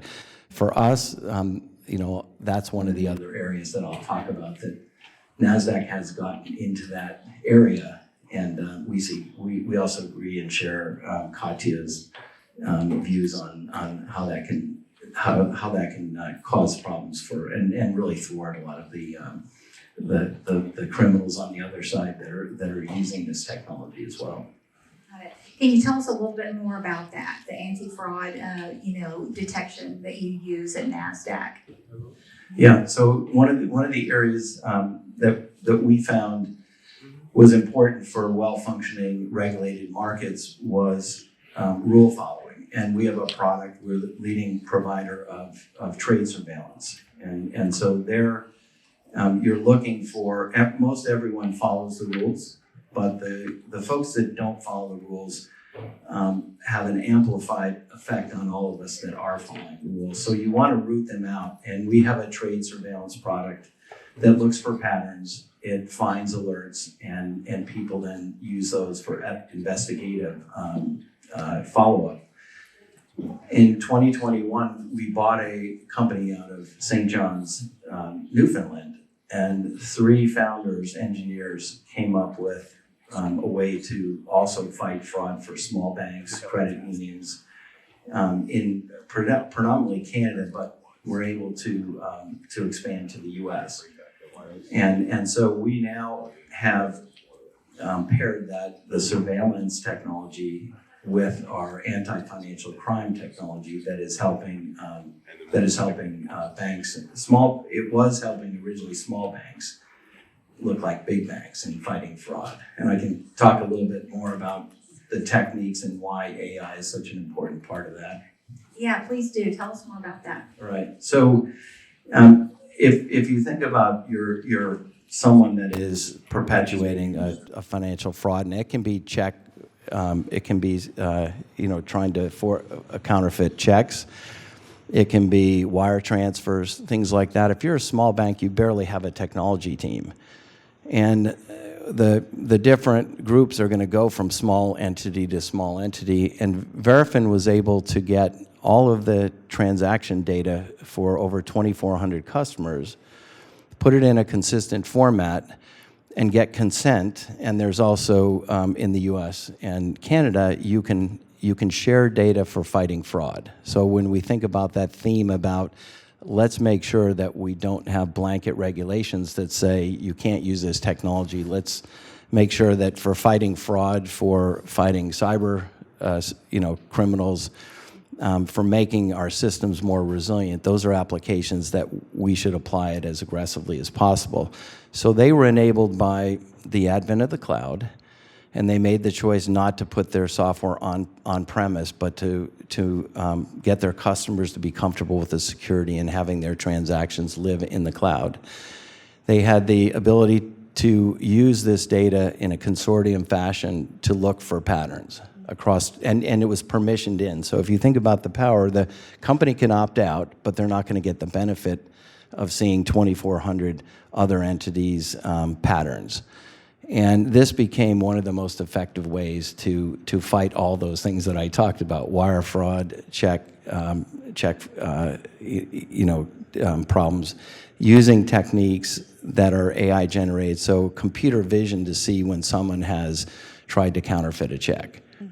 Using machine learning, which we heard about before, to really look for the patterns and detect when someone is sending. And if you think about wire fraud, is about not necessarily who's sending it, but who's receiving it. So if you look to that and see the patterns that this is a bad endpoint, you can actually do quite a good job of eliminating wire fraud. And then more importantly, it's just being quick. So someone may get burned, but you get great feedback, because if someone loses money, the model is going to be very accurate, because you're going to tell the bank, I got ripped off. So this feedback loop is really important in AI. The ability to fine-tune and jump on a new trend. So the company we bought that's now part of us is called Verafin. And right during the pandemic, so we bought them in 2021, they could see a lot of the payment scams that were coming out that were pandemic related. And by having this technology, you can see that quickly. You can start to protect your 2,400 companies, banks, financial institutions much more rapidly. Got it. And, a lot of people might think, well, I'm not a bank, or, so any of this wire transfer fraud or transaction fraud doesn't affect me.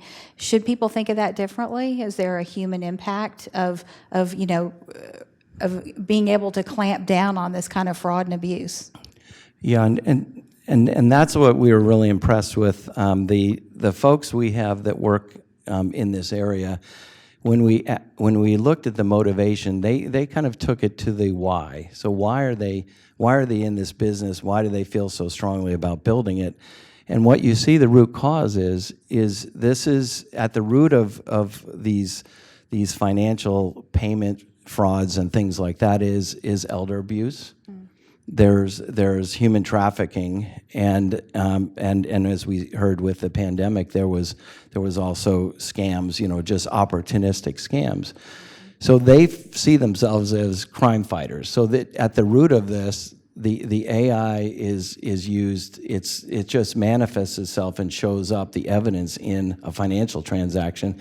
But if you go back a couple steps, there is someone that is being impacted. And if we can narrow the opportunity for the criminals to actually get paid, they move on to other opportunities. So we have to use it everywhere. If we move it out of this area, they'll look for another opportunity. I'd love to use the mobile phone example. So I was in telecom when there was 1G, so we're at 5G moving to 6G, and you used to drive from the East Bay into San Francisco, and you'd go over Treasure Island. There were a group of people with scanners, and your phone would get cloned every time. You couldn't go over the Bay Bridge without your phone cloned.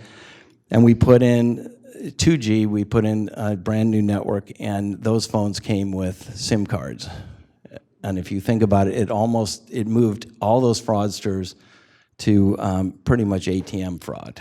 So, and then it took another 20 years in the United States for us to get the chips in our cards. Europe had it sooner. So this technology, that's a great example of saying that, and it's hard to give the credit card industry. You had to change out all the readers and things like that. But the mobile phone industry didn't have the ability to make customers okay with fraud, so they had to solve it technologically. So maybe that's a good call to action for timing. If the technology's there and it can be used and people can get comfortable that we're going to be using it in a responsible way, let's move faster and let's move swiftly. Thank you. How do you think that the private sector and government can work together to ensure that we move as quickly as possible to clamp down on fraud? So we of course operate. There's some constructs that work. NASDAQ has a SRO, a self-regulatory organization. So there's and is it Matsumi? Is that? Yeah, so I think he said it best, this notion of this is a tool and we're going to it's going to amplify who we are. We're going to show up in the how the AI is used in our business for our customers, and ultimately are we doing it in the way that we're proud of. So I would say there's a great opportunity to balance. There's responsibility. So this self-regulatory organization, the set of rules, it started with people pledging to do it right. So that's a great step. And then there's, I would say, something we don't want to do is have a patchwork of 50 different rules by state. So there's a great opportunity to collaborate globally for fighting fraud. So I would say that, but that's not easy these days. So let's at least start doing it, in the U.S. With Canada, with Mexico, and get it right there if possible. Right. And in your opinion, is AI a force for good? Yeah, absolutely. And just like any technology, and folks mentioned that earlier, it will be applied by the evil side equally. So I would say the businesses that are public companies have responsibility. They are held to a higher standard. I think we can take the good, and there's tremendous amount of good to be had for companies using it, and then we have to narrow in how we prevent the criminals from having a free reign of just using it for amplifying their deeds. So I'm going to ask you one just sort of last question, too, that I've sort of been thinking about lately. In some instances, we see that, AI can be used for bad if it gets into the wrong hands or used for nefarious purposes. And, there are people who are going to do those things, in any instance. But in some instances, AI can detect AI. AI is good at finding other AI that's trying to trick the system, so to speak. And are you seeing that kind of ability in your sphere with anti-fraud? Yeah, so there's actually an AI technique that does that. So that's how it improves. It has one side of it is trying to do a fake, and the other one is detecting it. And it's pretty brilliant because it improves its ability, and oftentimes this is used for image recognition. So that's the simplest thing. So if you think about it, you do want to have it, but it is really just it's one of the more popular algorithms in machine learning, and it's called generative adversarial networks. So it even has the adversary on it, but it's not. It's really used to improve the algorithm. So overall, you feel like AI will have a positive effect on your company, but also overall in society? Yeah, I do, and I would end one more on the way that this is that things like ChatGPT have been made available. And we also, the fellow from Google, I saw he left already, but there was a language model that Google open sourced in 2019 called BERT that we were able to use.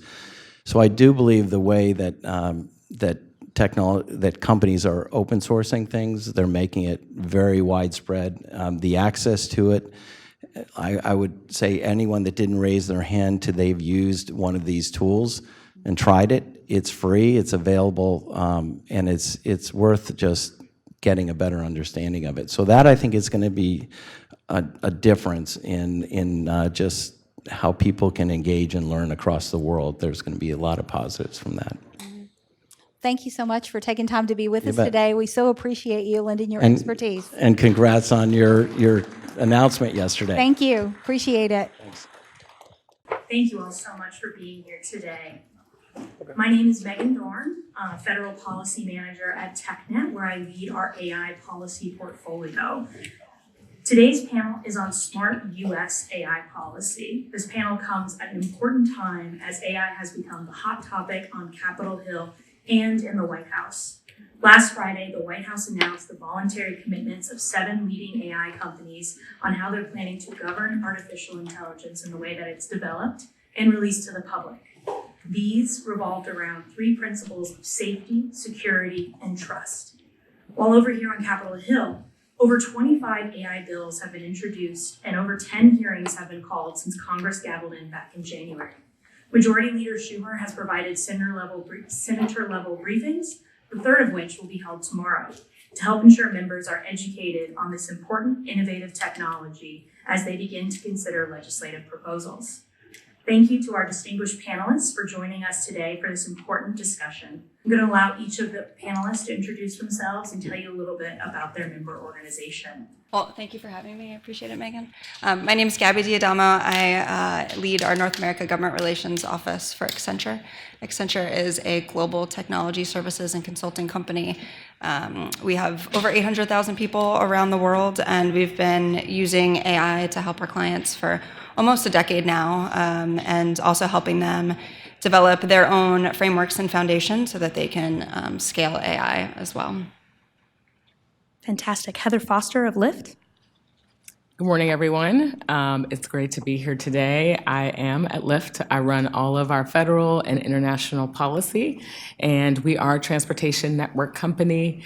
We are devoted to transportation. Last year, we had over 45 million rides in terms of rideshare, our bikes and scooters. And so transportation is so critical to communities across the country, and we're very committed to ensuring that we're providing innovative and safe ways for people to have transportation. Fantastic. And Hugh Gamble of Salesforce. I echo your thanks for being here today. This is a wonderful opportunity. This is a huge pivotal moment for AI. We hear a lot of conversation around the opportunities for AI. If we get this part wrong, those opportunities are going to be truncated. Salesforce made a pivot towards AI about 9 years ago, 2014. And we have been working with AI and finding ways to put AI into Salesforce's CRM system. And those of you that aren't familiar with Salesforce, it's a customer relationship management software where we help companies utilize the data that they already have on their customers and find ways to interact with them, market, sell, service to them, potentially in a better way with more insights. AI is going to turbocharge that. We feel well positioned in that market right now and are really looking forward to emphasizing smart, nuanced policy regulation as we go forward in this debate with policymakers, not just here in Congress, but around the world. I run our federal government affairs operation, and we look forward to being a part of this conversation and hopefully continuing the conversation with some of you afterwards. Absolutely. Thank you, Hugh. For our first question for Gabby of Accenture, what are you seeing from your clients about how they're thinking about and implementing responsible AI practices? Are they utilizing any existing government resources such as NIST's AI risk management framework? So I think the one big thing I would say is all the companies that we've been working with really truly want to do the right thing. But they're all kind of starting at the beginning of their journey. And we did a survey recently of C-suite executives, and we found that only 6% of them had really built an AI framework that they were using and a foundation to implement. And I think we ask ourselves why that is. And a lot of that has to do with the fact that if you don't have good data, you can't use AI. So we recently announced a $3 billion investment over the next 3 years. Part of that investment is going to be in an increase of 40,000 employees, so work on data and AI issues for exactly that reason, to help companies start getting a handle on where their data is, what it looks like, how it's stored, and then be able to take that next step of developing an AI framework that they can implement.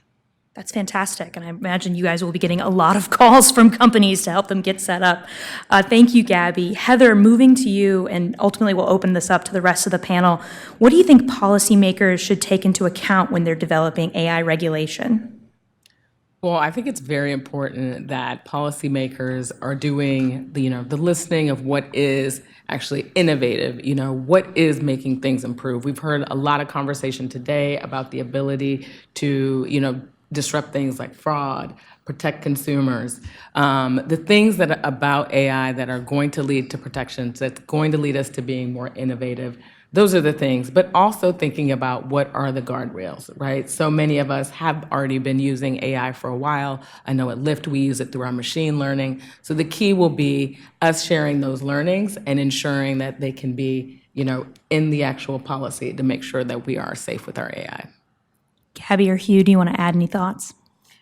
I would simply add, we believe that there are a couple of smart starting points as you start to regulate AI.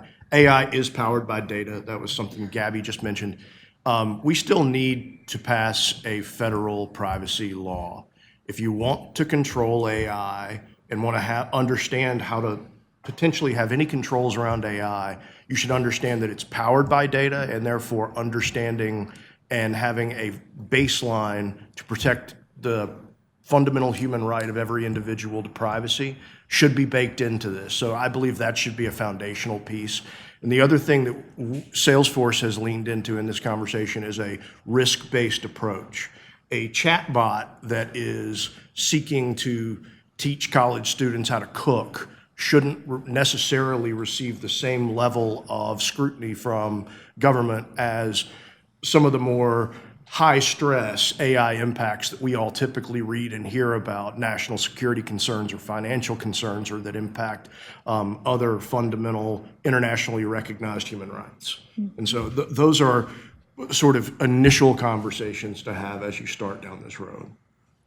The one thing I'll add for policymakers to really think about is I think trust underlines all of these conversations that we're having around policy decisions. Without building trust, companies can't scale AI. And I think when I think about that, there are two different pieces to that, and it might look a little bit differently if you're a developer than if you're a deployer. So I think we need to think about just like consumer products. If a manufacturer was putting something on the market with all of the security pieces in place, and it's used in a way they didn't intend, then it's inherently going to have more risk. So what we develop for policy might look different for a developer than it might for a deployer. Absolutely, that's a fantastic point. I also want to take a point of privilege and plug that TechNet is the leader of the United for Privacy Coalition, which is a group of over 20 trade associations advocating for a national federal privacy law. So we absolutely agree with you, Hugh. We think it's crucial to this conversation on AI. Hugh, to follow up with you, another question. A big focus of the AI discussion has been on China. China is expected to more than double its annual investment in AI to $27 billion by 2026. How can the U.S. government and leading American technology companies work together to ensure the U.S. remains the global AI leader? So I think there's a fork of that conversation that's about regulation. Getting regulation right is the first component. You've got to make sure that you're providing guardrails to protect individuals while allowing companies, academics, and anyone else that's in the industry to try to innovate and push things forward. I'll also go back to the CHIPS and Science Act. CHIPS was what was talked about. That got all the ink. Antiquate a little bit with the ink reference, but it got all the press.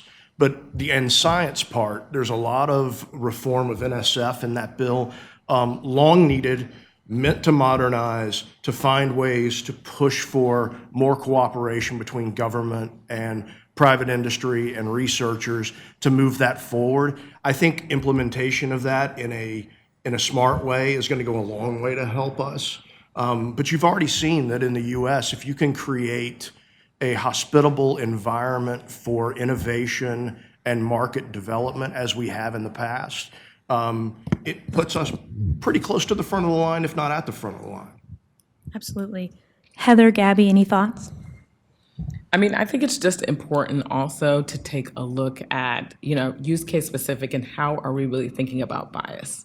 So that to me can really bring us in the leading edge if we start to set examples early of this is what bias looks like. Here's how we can mitigate it. Mm-hmm. I would just add to what Hugh said. I loved his answer on science and investment. I think we've seen in 22 of the last 28 years, we've seen a decrease in the research, basic science research. Same point on CHIPS and the authorization for the National Science Foundation. We think it's really crucial that we fully fund the work that they're doing. Absolutely. I think that's a fantastic point, Gabby. Going to Heather, are there any AI models or frameworks that currently exist that you think governments should be looking to as they consider developing regulations? So at Lyft, we have been using the National Institute of Standards and Technology. This framework was released this year, and it is something that we have been able to do and look back at our own algorithms. What is happening? How are we able to evaluate? And this is something that we hope the government as well will continue to set more frameworks, kind of look and do the research. I think partnering with companies is going to be continuing to just be instrumental in making sure that we have the movement that we need and that we're setting the correct standards. I'll add to that. I think the technology industry, and I think industry generally, are pretty comfortable with NIST as a body. And the reality is for us that this technology is going to continue to advance at such a pace where legislating on every nuance is just not going to be practical. And so I think NIST in their framework not only deserve a shout out in that context, but I hope they'll continue to be an integral part and participatory in the future regulation of AI. And adding to the NIST point, I think if there's good news here, it's that there's been, I think, a pretty broad coalition around what the core principles should be for a framework. We actually released a responsible AI framework about 6 years ago, and the 4 pillars that we had in our framework are very similar to what ended up coming out in NIST and a number of other frameworks that we've seen in the last couple of years. There was one recently put out by the Business Roundtable, which our CEO leads with Brad Smith at Microsoft, and all of them are really built on kind of similar core principles. So I think that's a lot for policymakers to get started with. Definitely. Awesome. For Gabby and for Hugh, how are you feeling that the current regulatory landscape, do you believe it supports the evolution and adoption of AI for your clients? I think at the end of the day, whatever it looks like has to be kind of globally harmonized, and it has to be predictable for companies. There needs to be a standard set of definitions so that multinational companies can be able to follow that without too much confusion and regulatory burden.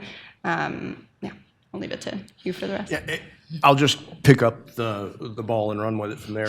We work with Accenture pretty extensively, and the global nature of the businesses dictate that what we need is some sort of standard that allows for global industry, global corporations, the global economy to function. That's standards around definitions, around how you're approaching this. And so we want for regulators to make sure that they're communicating and heading in the same direction.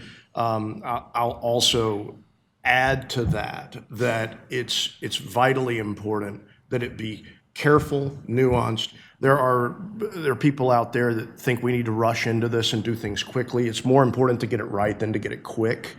And one of those examples you highlighted a second ago, but I'll mention it again, which is Salesforce we're a big believer that if you are using our platform, you should be able to choose which components you want to use. And therefore, with our AI, you can bring in LLMs that are ours, or you can use our system and bring in a third-party LLM, one you've self-developed. And so there is this distinction between developer and deployer. Like, somebody can develop something, you can develop the platform, but you could have a third-party LLM, and then you've got an end user, which in this case would be a company. And where does the responsibility lie between those three? That deserves a real robust conversation. Absolutely. To follow up on Gabby's point about global harmonization, an incredibly important conversation to have. How do you feel America's AI regulatory framework stacks up with our, allies and competitors? Open-ended. Yeah, I'll simply say I think we're about as far along as most people, which is to say not that far. The actions that have been taken are helpful. They start to point in a direction, but we're very much at the beginning of this process. There are entities that have made the beginning of the process go a little bit further, but everybody is still in the beginning of a process of figuring out how to regulate this industry. Yeah, I would definitely agree that, we are just, I wouldn't say on track, but I would say that we are moving at a pace that I think will definitely keep us competitive. And I think that the efforts that you're starting to see, whether it's from Congress, the government, it's all coming together to ensure that we are just as competitive, we are investing in the same way, and that we're setting the same standards. Absolutely. Heather, coming back to you, right now, obviously, there are many regulations written at our federal agencies. Do you think there needs to be modernization of any of these existing regs to handle AI's development and for companies to use AI in the way that's most beneficial for their customers? Yeah, I definitely think that companies are going to continue to know what's useful. We see quickly, often at Lyft, we have to use AI because one of the big things we hear is people are relying on transportation. They want to make sure that they're being picked up at the right spot. It's the biggest thing we hear about ETAs. And so, when it comes to ensuring that people have the best technology, we're implementing those best practices. We meet with agencies regularly, and this is the type of partnership that the private sector should have with the government, where we're able to inform and they're able to really put together policies that advance us in the right direction. Hugh or Gabby, any current federal regs that you think might need to be modernized for AI? Nothing specific comes to mind, but I know from experience that government is a slow adopter of some of these new technologies. AI especially has a real promise in government and constituent relations, and a lot of that means your constituent and their engagement with the executive branch. But I think that, again, rightfully so, they're being careful and slow because those interactions do have to have a certain element of perfection to them. Look, we're enough in the infancy of this technology that we're still dealing with these hallucinations and things like that. And I do think private industry, enterprise, we have a pressure that you don't see with the chat GPTs and chatbots of the world. Our customers are Fortune 100 to small mom and private industry companies. They're not going to tolerate inaccurate information from us. And so there is a market pressure on us to solve a lot of that problem. But I think once you see that problem solved a little bit, it will feel like safer territory for the government. Mm-hmm. I'll take it a little bit of a different way and say, in adding one point, that I think that the federal government can really lead by example here and set standards and a framework for federal agencies to follow in a transparent way that then can be kind of looked at, and through the process we can discuss what works and doesn't work and be able to use that as a guide as well. That's a great point. Many proposals have been put out there as to what potential AI regulation could look like. And, as I said in my opening remarks, over 25 bills have been introduced in this session alone, and I'm sure somewhere in this building someone is drafting another one. What do you think would be the biggest concern that might inadvertently end up stifling AI innovation from proposals you're seeing right now? I'll start and say maybe a more general answer, that I think so much of this needs public-private collaboration. And Megan, you brought up earlier the White House announcement yesterday with some of the leading AI developing companies, and I think that was something that we were pleased to see. I think so much of this is needed for the two sides to collaborate and talk about what works, what doesn't work, what requirements should be in place. And I guess I'll say that the policy process takes a really long time, as we all know. And so to the extent that the private sector can come together and say we're coalescing around these standards and these security measures, I think that's really great. I also think it's important to recognize that there are different types of AI. Absolutely. And that is one of the things in legislation that it should be clear. These are the safeguards that we're providing for generative, right? This is what we're going to do to machine learning. I think it's really key to make sure that that is coming across in all of this policy that's being drafted. No, you make an incredibly important point. These generative AI systems, are quite novel, but AI, the base technology, has been with us since the 1950s, and making sure that policymakers know that there is a wide spectrum of AI tools that currently exist, so that way when we're developing these policies, we don't inadvertently shoot ourselves in the foot and shut down things that have been working quite well here. Hugh, do you have any final thoughts on that question? I'll just add that I've already said I want it to be done right, not quickly. Saying you want a really nuanced debate around that is sometimes lobbyists speak for we don't want this done quickly. That is not the message I want to deliver. We want it done carefully and quickly. The faster corporations and private industry have some rules of the road and some certainty, the better off we're going to be, and the more that you'll see private capital investment in this area. But our biggest concern, back to your initial question, is people reflexively taking a swing at this issue and not understanding the complexity of it before they do so. We have not experienced that in most of our conversations around this on the Hill and otherwise, but it's such a monumental concern that it sort of sits in the back of our head of we need everybody to be careful and very thoughtful about this approach. Absolutely. Gabby and Hugh, you both mentioned that both of your organizations have put out AI policies or principles that you stand behind. I know Lyft puts out a fantastic report every year on all the amazing things you guys are doing. It is a great read. I highly recommend it. Talk to me a little bit about how you all go through that process internally to put out, how your company's going to be advocating in these issues. Go, Gabby. I can go ahead. I'll go first. We had, years ago, Salesforce stood up an Office of Ethical and Humane Use. It's not exclusive to AI products, but with all of our products, we look at them for any potential pitfalls around bias or any other sort of negative unintended consequence. And so our Office of Ethical and Humane Use has been involved in not only our internal processes of developing these tools, but we have been using them in conversations with NIST and with the White House AI Commission, and they've been directly and personally involved. That office purely focused on the ethical implications of products and making sure that we're doing everything that we can by design at the front end to get it right and therefore not have to correct it on the back end, though obviously that level of doing audits and accountability, and they're in place.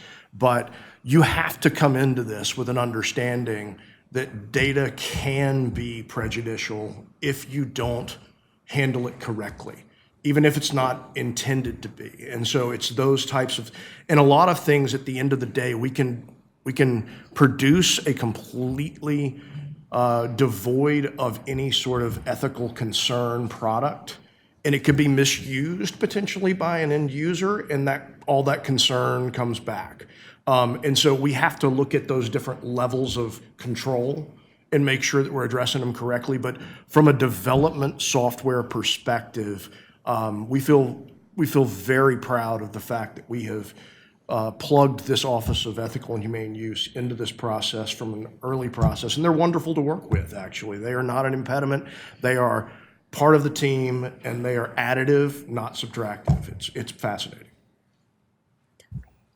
I would say my answer is probably pretty similar, but at a kind of fundamental level of why we developed our responsible AI framework 6 years ago, a lot of that had to do with the fact that we were employing these technologies for our clients, and we needed to make sure that we were doing it in a responsible way. We needed to be able to be transparent with our clients about how we were using it.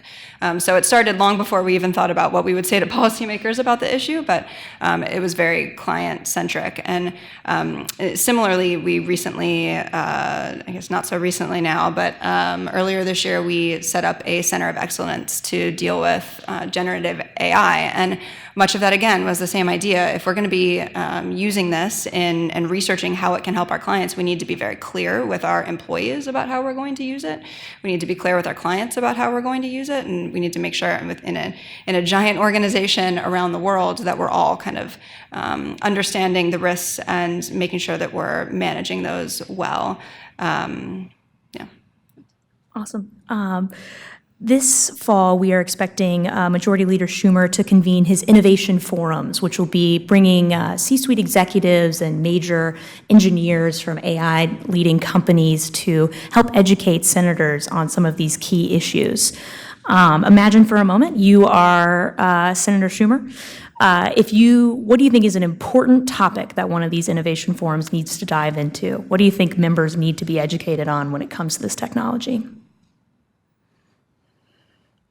There's a lot.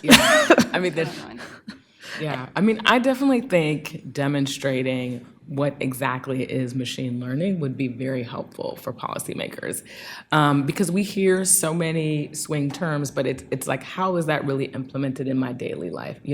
How is it? Is it machine learning when I hit the brakes in my car? Is it when I get a reminder on my app to do X? People need to know how this is happening in their real life, and that way it's going to help shape the policy. It's going to make this issue real when often, we've heard the word AI a lot, this year, but people often do not understand beyond artificial intelligence, how is that really impacting my day-to-day life? I'll again pick up the ball and say that transparency, AI can oftentimes look like a black box.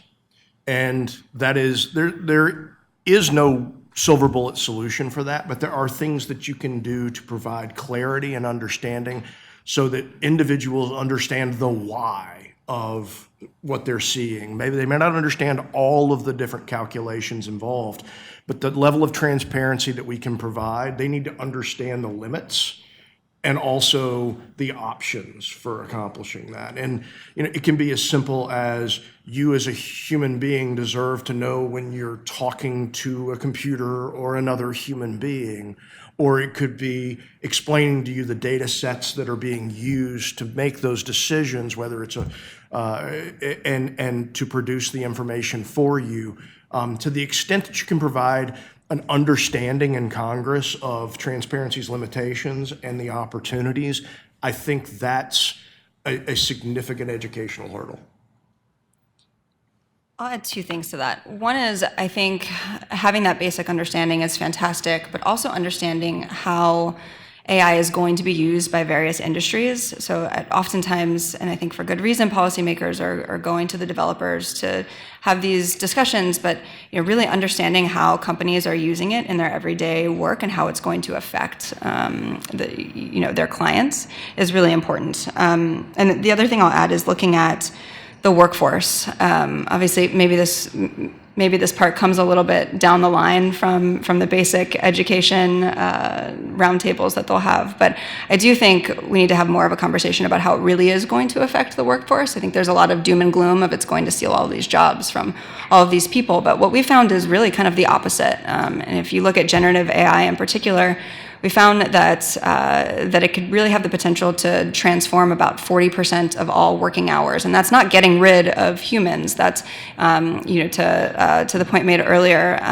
It's augmenting the work that they're doing. It's helping them get rid of kind of the really boring stuff that they're doing, and be able to use their brains more effectively in decision-making processes. We've seen that in particular in generative AI's application in the Security Operations Center, and how it can much faster than humans can take in the millions of data points that an organization is getting on all the cybersecurity threats and vulnerabilities that it's seeing, and make sense of where the differences are, what's standing out in a much faster way than a human can.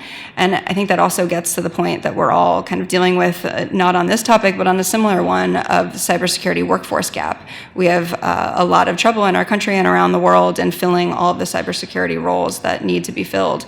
And I think generative AI can play a really big role in helping to bridge that gap. Absolutely. I think the productivity question is a really important one that we need to be talking about when it comes to AI's impact to the workforce. So thank you for raising that, Gabby. I did want to provide an opportunity. Today's event is titled AI for Good, and I wanted to see if you all wanted to share maybe some stories from your organization on how AI is improving the lives of everyday Americans.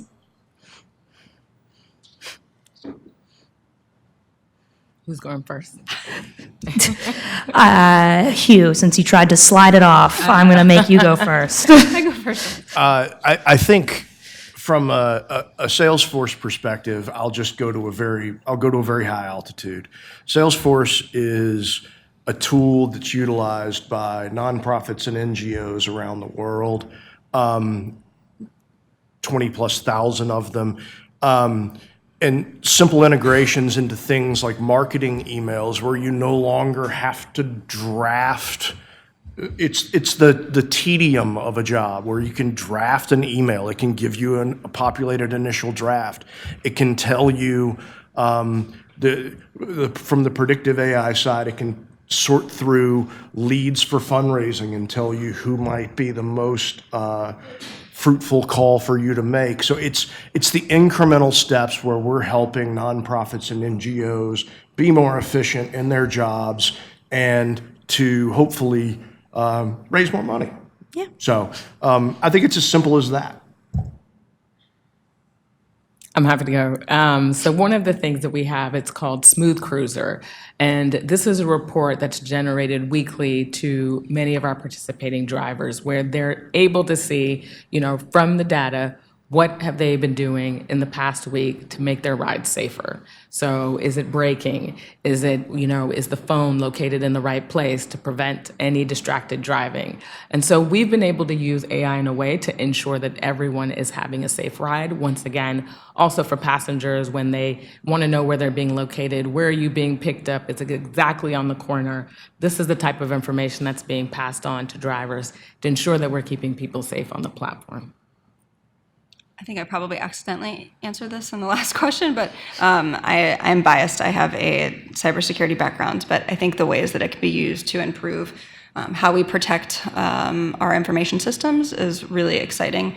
The other example that I'll give, besides the last one, was we've been using it in helping court systems be able to make sense of all of the data that they're getting and be able to run searches much more quickly and efficiently, to be able to identify trends. And I think there's probably a million other examples like that where we have huge data sets and it's just not possible for humans to go through it in the same way as quickly and efficiently. Absolutely, and I will say these stories like this is part of why TechNet has launched our AI for America campaign to make sure that the benefits of AI are known far and wide to everyday Americans. So this technology and how it's being used to better their lives. Coming to the end of time here, if you were to have one golden item in your AI regulation, what would you like to see?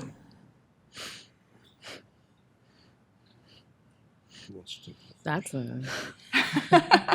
I can go first if that's maybe helpful while you ponder. One of the things that TechNet has been an advocate for is the authorization of the National AI Research Resource, which is a cybersecurity and cyber infrastructure to connect universities and small AI developers so that way they can leverage resources that they might not be able to get a hold of since they're not in a major company. So that way we can continue to spur the fantastic startup culture that made Silicon Valley what it is and helped get many of our leading TechNet members to where they are today. So that's one goal that we're continuing to advocate here at TechNet.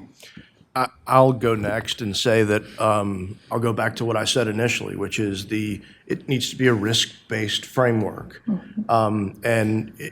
You basically, in addition to potentially constraining new non-critical ideas that might come forward, it also creates a barrier to entry to new market players. And there are some corporations that probably wouldn't see that as a bad thing. We do. We want to foster, plant 1,000 flowers. And so what we want to see is a framework that correctly protects Americans, humans, wherever the regulation is existing, but also allows for natural market forces to occur in areas where the government really doesn't need to be playing a role to protect you, and allow for those companies to innovate, grow, and hopefully start to challenge incumbents and create a really robust ecosystem. I would definitely like to see some standards around bias. The fact that, there's so much information being collected and data, but really having a standard around bias so that each person is not just creating it, and so that we know that we can efficiently use this technology without having to worry about reducing any efforts around diversity or creating unnecessary bias. I think that whatever is developed has to get to the point that we were talking about earlier of building trust. And to do that, you need to do what Heather mentioned and address the bias issue and kind of the ethical policies and procedures that you're going to put in place. You also need to deal with the data management piece and making sure that you have clear guidelines for how an organization is going to handle that. One of the most alarming stats that I saw recently was a survey that we did that showed that 75% of C-suite organizations that we talk to think that they run the risk of going out of business in the next 5 years if they don't scale AI. So I think you have to get all of that right to be able to harness it in the way that we should. Thank you. I want to thank all of our panelists so much for being here today and just give an opportunity for any closing thoughts that you all have just here. Pass a privacy bill. All right. I agree. I would just say partnering together. I think particularly on this issue, just being able to educate and create some of these standards. I love, that everyone is coming out with principles, and I think that is really going to help us moving forward. Yeah, I would echo that. I think collaborating with the private sector on this, getting a real understanding of how industry is using it across all critical infrastructure industries is going to be really key. Well, thank you all again. I really do. We're so grateful for this panel's participation. If you'd like to see a little bit of the AI regulation conversation continuing, the Senate Judiciary Committee is having a hearing this afternoon specifically looking at that issue. So again, couldn't have had this panel at a more appropriate time. Thank you again. Our next discussion is titled Driving Change, Founding an AI-Empowered Car-Sharing Enterprise. Please welcome GetAround founder and CEO Sam Zaid and TechNet Senior Vice President Carl Holzhauser.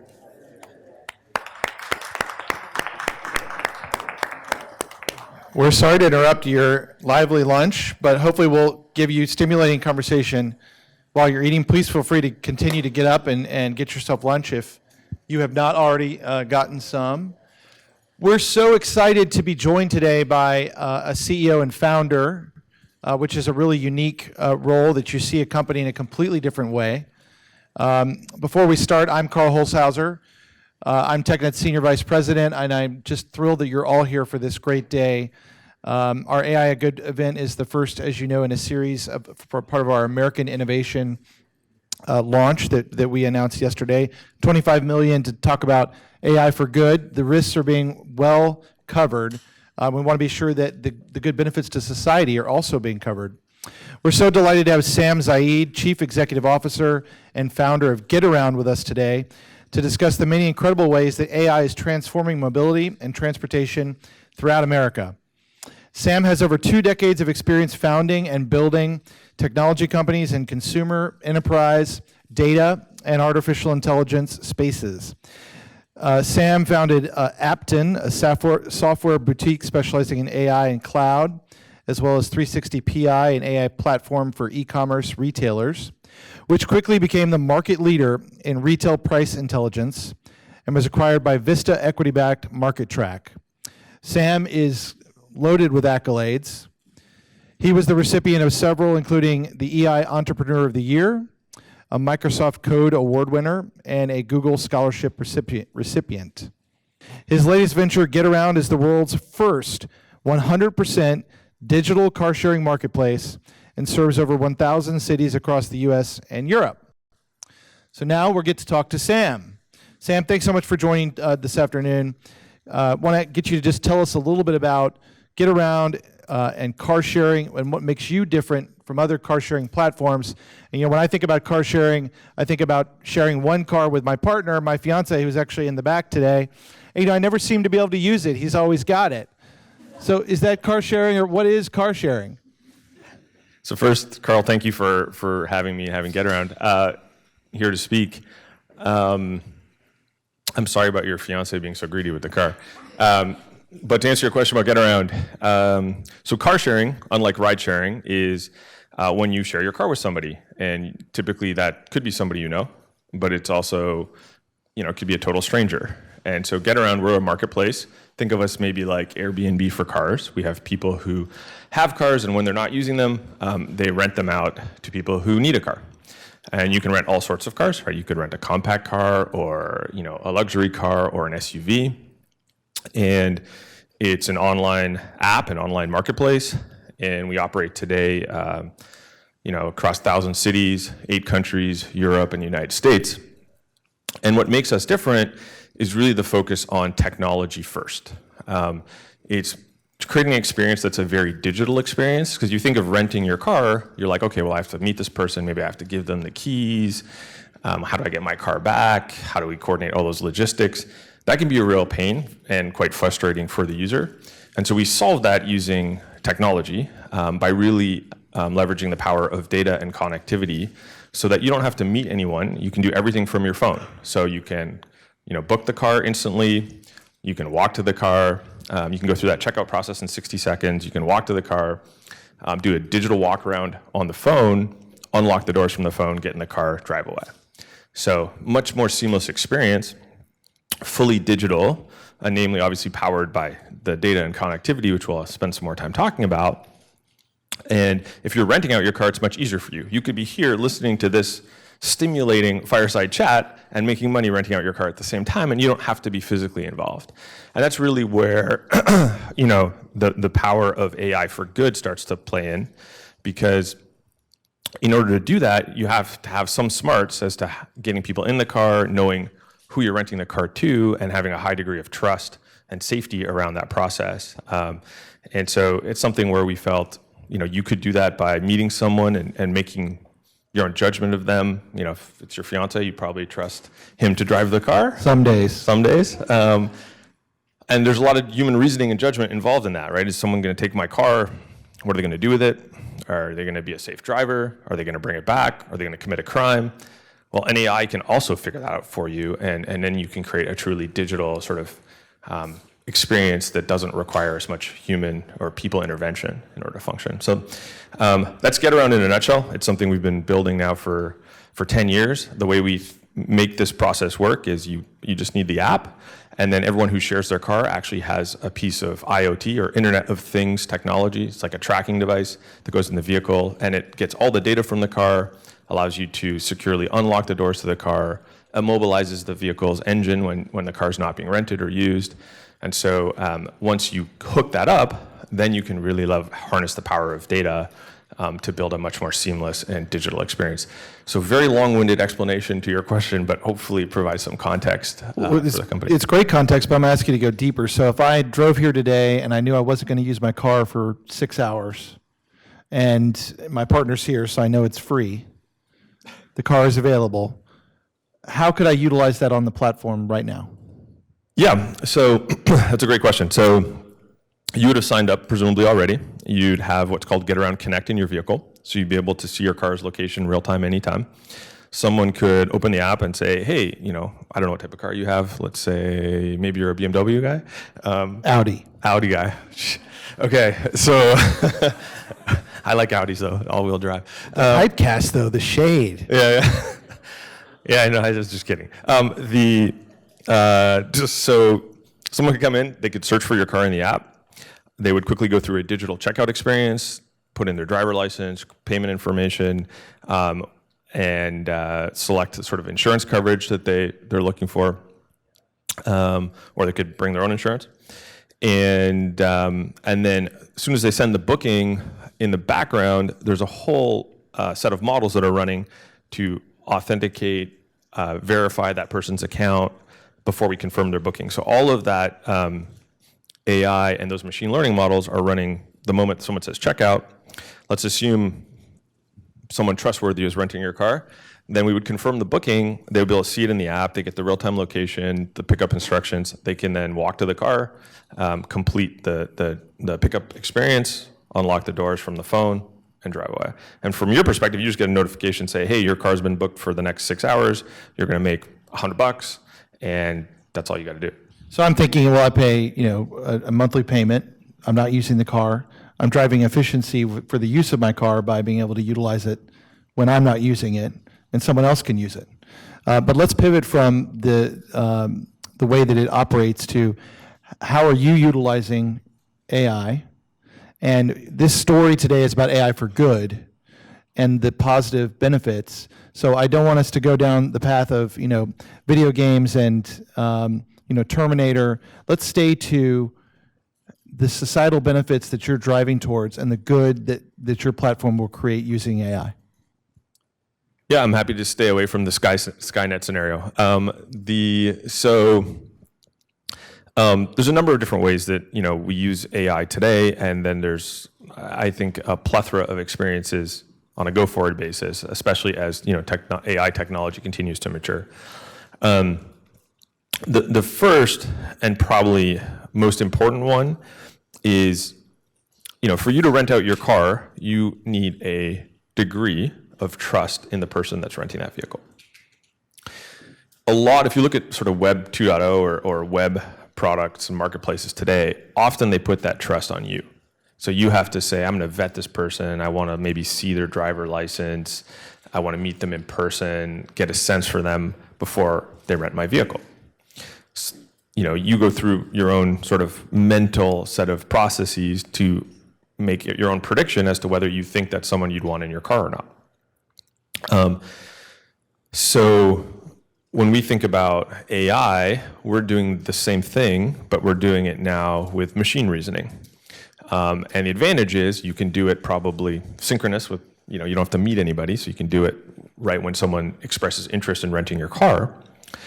You also get a lot more data signals, right? So we, for example, when you go to check out and you put your driver license in the US, we will just pull your driver abstract in real time. So we'll have a bit more information about how good of a driver that person is. And we also look at a bunch of signals that are coming in to really make an assessment that we believe they're a safe driver, that they're going to do responsible things with the vehicle, that you'll be happy with them as a customer of yours. And that is all about creating trust and creating safety on the marketplace, which is really underpinned by artificial intelligence. And that's how you can then make this experience a much more instant and seamless experience. Without that, you could, but you probably wouldn't like the outcome. And so, without the AI, it's actually much worse for society because you might be giving cars to people that shouldn't have them. Whereas with the AI, you can actually create a much safer and a much more productive marketplace. So I think what you're telling me is that by using AI, you're going to give me the trust and confidence that whoever is going to utilize my vehicle is someone that I can trust my property with and will do good things with it. And that if you are a user and you're using my car, that you're going to verify that my car is in good shape, it will do what you need, has the capabilities you need, and you can do that instantaneously using AI. Is that a pretty good feedback? Yeah, it's a great summary. And that second piece I actually hadn't touched on yet, which is because we have the technology in the vehicle, we're also getting real-time streams of all the data. So you get, for example, the check engine light came on, or tire pressure is low. We also get high resolution photos every time someone gets in the car and every time they return a car, because they're taking both exterior interior photos through a guided process.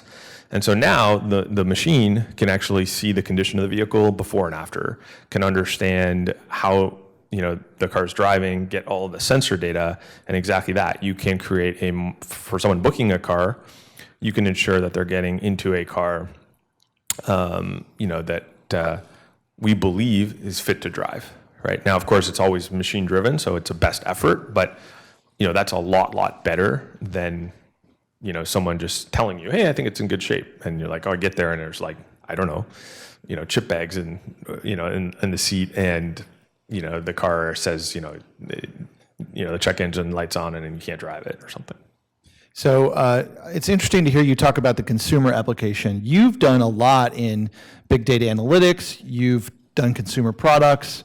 As you've thought about building this company and using AI, can you talk about how your experience and then bolting in AI with it has led you to found the world's first 100% digital car sharing marketplace? I'd look down to make sure I got that right for your staff. Yeah, appreciate that. So I've been an entrepreneur now for essentially since I started my career. I had a short stint as a photonics engineer a long time ago. But when my first two companies, when we were doing AI, AI was a bit of a dirty word, right? It was still like the tail end of the last what's called AI winter, which is typically the hype and ups and downs of AI in terms of the hype cycle. That was probably the best time to be in it because there was a lot of the breakthroughs that are starting to be mainstream now have happened in the last 10 years or so. Those companies were really more focused on using AI to help enterprises, right? And so large enterprises, retailers figure out how to optimize pricing and profits. So other big companies, not other consumers. Big companies, Right. but not consumers. But what I did take away from that was a couple of things. One of those was that when we came to start Getaround, it was actually inspired by AI, and we were really looking at the autonomous car, right? The self-driving car. This was now 10, 12 years ago, back at Stanford, before self-driving cars were even commercialized, and there had been this DARPA-funded grand challenge for cars to complete a closed circuit course, and it was finally starting to happen where cars could drive and not fall off the road. And we just imagined, we said, well, look, if cars can start moving themselves around, why is everybody parking their cars 23, maybe in your case, 22 hours a day, and they're just cluttering up the streets, right? How do we help cities get those cars off the road? And if you imagine a world where all your cars are self-driving, would you just be parked all the time? No, you'd probably be either telling it to go park somewhere else or letting someone else use it. And so that idea that cars becoming more intelligent could solve our fundamental transportation problem is what inspired us to start Getaround. And then also why we decided we really needed to harness data because we'd never be able to take advantage of that transformation to the autonomous vehicle without being fully connected into the vehicle. So just want to pull on that a little bit more. Can you tell us how your previous ventures, Appiton, 360pi, specializing in AI cloud technologies, have contributed to the development of GetAround's proprietary technology and its position as a market leader in the car sharing industry?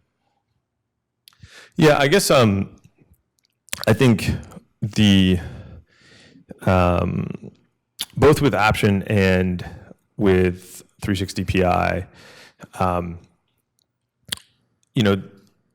there's a couple things that were really helpful. First, this was early. When we started, it was early cloud, right? And so understanding the transformation that was happening by moving data into the cloud and being able to actually create systems that were scalable enough to... So I'm going to interrupt you. When do you think is early cloud?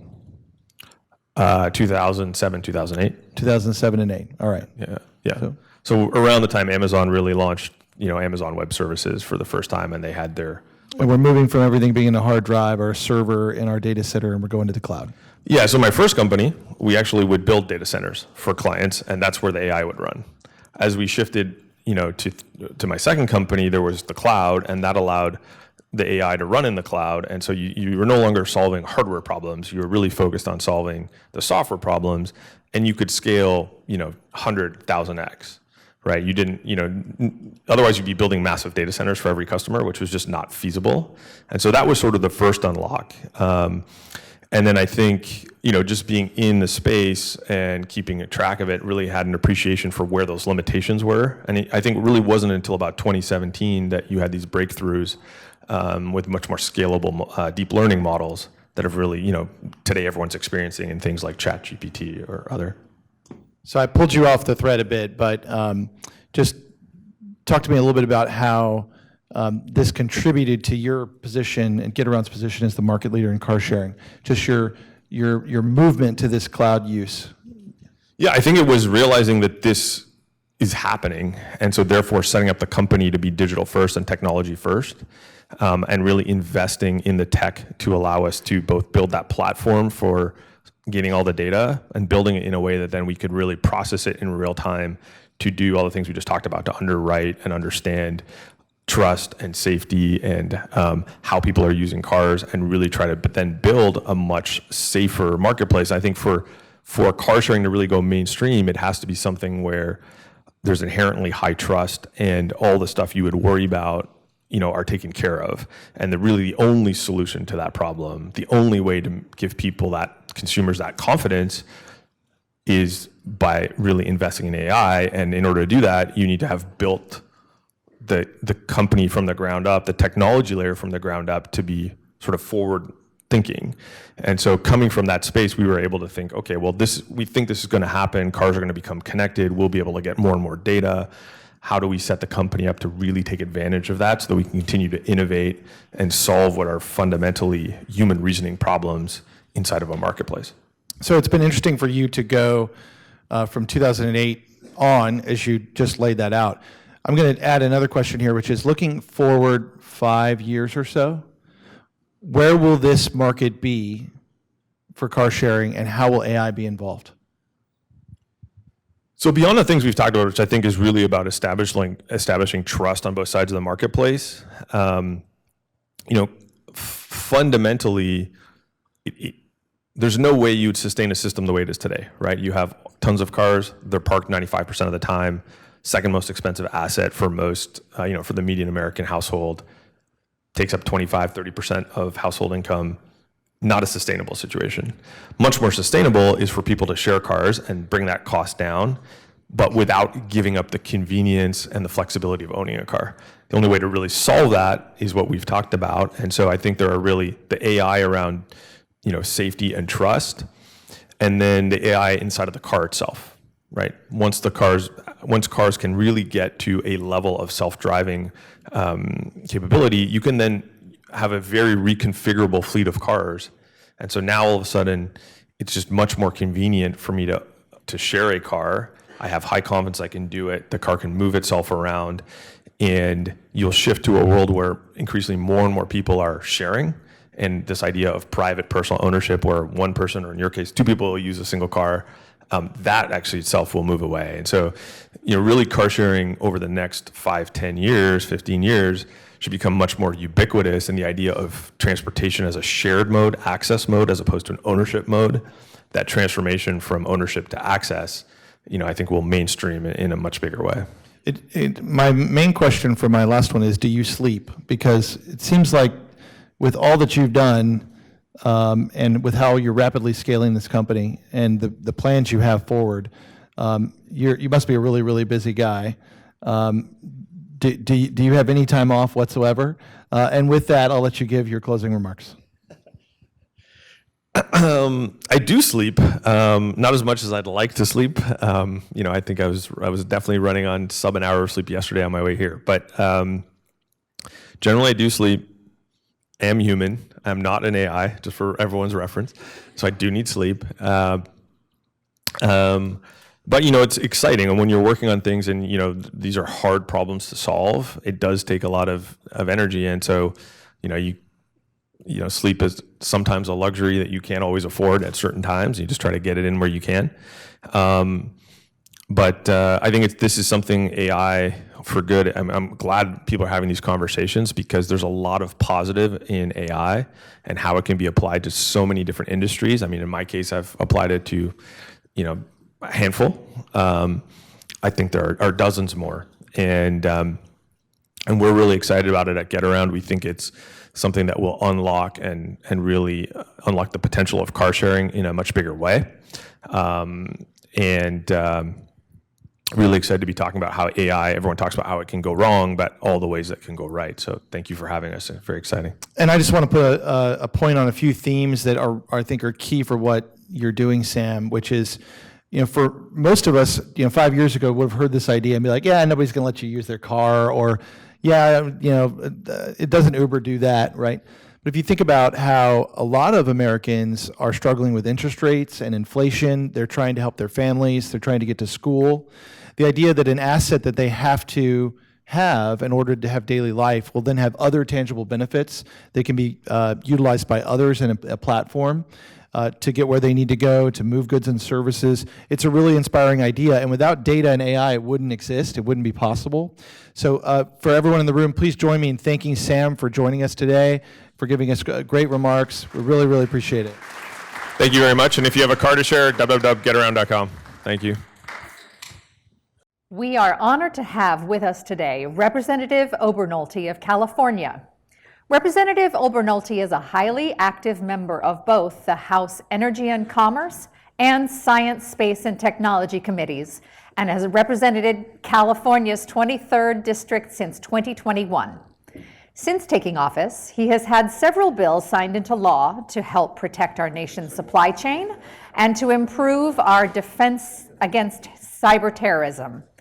As a member of the Congressional Artificial Intelligence Caucus and former tech entrepreneur, he is a leader in AI policy for the House Republicans. With that, please welcome Representative Jay Obernolte.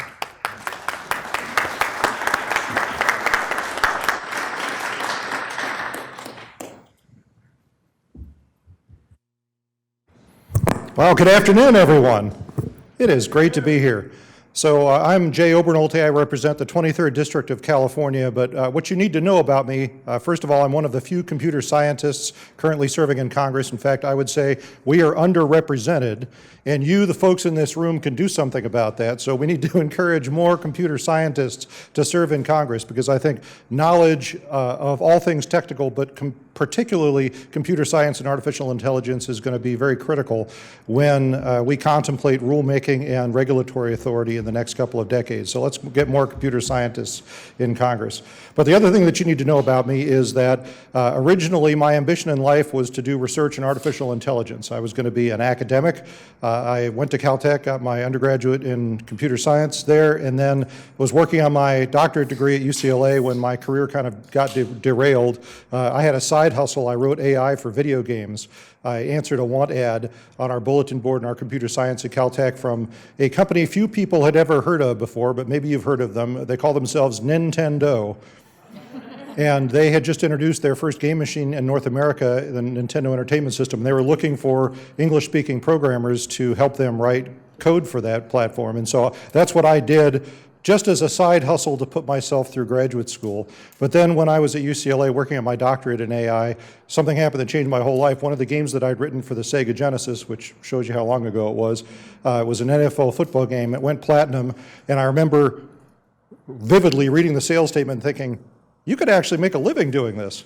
And so that kind of derailed my career when I left UCLA. Instead of going into academics and research, I started a video game development studio that I still have today. So that was kind of the trajectory of my career. But AI remains something that I care very deeply about. When it's amazing to see how far the industry has gone. When I was doing research, it was the very early days of natural language processing and computer vision. And now you look at tools like ChatGPT, which we could not have even imagined that 30 years ago when I was at UCLA. So it's an exciting new world, but it's also going to bring challenges. So that's kind of what I'd like to have a dialogue about for a few minutes here this afternoon, is the regulatory challenges surrounding AI and what the role of the government and Congress in particular is going to be in establishing that regulatory guidance. So first of all, I think it's very important when we approach the job of regulating something to ask ourselves, why are we seeking to regulate this? I think too many people look at AI and think, oh, it's big, it's scary, we really don't understand it very well, we must regulate it. And I think that's the wrong approach. I think the approach should be, what do we fear? What are the negative consequences that government intervention can either prevent or mitigate? And then ask the follow-up question, how do we mitigate those potential harms? And if we follow that kind of philosophy, I think we'll succeed in establishing a regulatory framework that's appropriate for AI. You'd be surprised at how often I have to explain to some of my colleagues that the chief danger of AI is not an army of evil robots with red laser eyes rising up to take over the world. That's what we've been accustomed to think about when we think about the harms of AI. I think that most of the deep thinkers in AI would agree that that's not the chief danger, might not even be in the top 10, but there are very real dangers associated with AI that we are going to have to deal with. And some of those dangers are things that fall squarely in the purview of government to prevent and to mitigate. So chief amongst those is the fact that AI is going to be extremely disruptive. It's going to be socially disruptive. It's going to be economically disruptive. So we have to figure out as public servants what our role is in either preventing or mitigating that disruption. Every technological innovation has been disruptive, all the way back to the advent of the printing press, most recently the advent of the internet. But I think we all in this room would acknowledge that AI has the potential to be even more disruptive economically and socially than the internet was. So we are in the early days of this disruption, but we should think deeply about what this disruption means, how it's going to occur, who it's going to affect, and what we need to do about it. And we also need to learn some of the lessons of previous economic disruptions, particularly the ones that were driven by technological innovation. There's a famous one at the very dawn of the Industrial Revolution in 18th century England, when they transitioned from manual weaving of cloth into automated textile looms. And this created extreme disruption in the workforce because there was a large group of workers who felt like machines and technology were displacing them and taking their jobs away. So they burned those textile looms, and they became kind of an example of recalcitrance and objection to technological innovation. But if you think back to it, they had a point, right? They definitely had a point. Machines were taking their jobs away. But viewed through the lens of history, I don't think you can argue that on a societal level that was a bad thing. Because what happened as a result of the automated weaving of cloth is that for the first time in all of human history, high-quality cloth garments became available to the average person. Before, it was just the rich, and everyone else wore homespun. And so you could tell at a glance when you met someone on the street whether or not they were wealthy or whether or not they were middle or lower class, just by looking at the clothes that they wear. And this was the first time that that was no longer true. So we couldn't argue that government should have stepped in and prevented the loss of those jobs, because that also would have prevented the economic and social good that that innovation brought. So we're going to be grappling with a similar situation here because we're going to be facing similar levels of disruption. And so I hope that we get to a place where we can agree it's our job to mitigate that disruption. You know, we're certainly going to have to, first of all, invest more in education. We're going to have to embrace this idea that being a productive member of a 21st century workforce means being knowledgeable about how to use AI to enhance your productivity and help you do the job that you do. We're going to have to educate people on that. We're going to have to embrace lifelong learning because one of the things that AI is really good at is organizing human knowledge, and it's become abundantly clear that this old educational model that we currently have where we go to college and we acquire an education and then we can use that education for the next 30 or 40 years in our career, that is absolutely outdated, right? The pace of human knowledge and its advancement is moving far too swiftly for that. We have to embrace the idea that we all need to be lifelong learners. And guess what? AI is able to help us with that. But it's a complete change in philosophy from the educational model that we've followed for the last 500 years. That's going to be disruptive. We're going to have workers that get displaced that we're going to need to find new places for. We're going to have a robust social safety net to make sure that those people don't fall through the cracks. We're going to have to invest in job retraining. And we're going to have to be open-minded about a whole new categories of job that arise to take the place of the jobs that have been disrupted. So all of these are things that we're going to be grappling with in Congress. And that's not even to talk about some of the legal challenges that we're going to have to navigate. You know, the chief and foremost right now is this idea of the training data sets that go into training AI. You know, what is fair to include in those training sets? Is intellectual property fair game? Well, we think we can probably agree that creative people have a right to what they produce. That's been a long-standing tenet of our society. But we have a lot of gray area in the middle. What happens when someone produces something and makes it available for public consumption, but not with the understanding that it can be used to train AI to turn out a lot of similar works just like it, right? So how are we going to navigate that? When generative AI is used to create something, is that copyrightable? If so, who owns the copyright to that? The AI algorithm can't. Is it the creator of the algorithm? Is it the person that engineered the prompt that resulted in whatever it is, a movie, a beautiful painting, whatever it is that generative AI created? How much credit is due to the people that created the work similar to that were used to train the generative AI? So I don't pretend to have answers to all of these things, but these are the things that we need to be thinking about, not only as a country, not only as a government, but in Congress, as we tackle the regulatory hurdles around this. And then lastly, and I think hopefully most simply, we need to figure out what a regulatory framework looks like for AI. And we have a real divergence of philosophy here because we've got the EU, who has been working on the EU AI Act for the last 2 years now, who has the philosophy that AI is this new thing.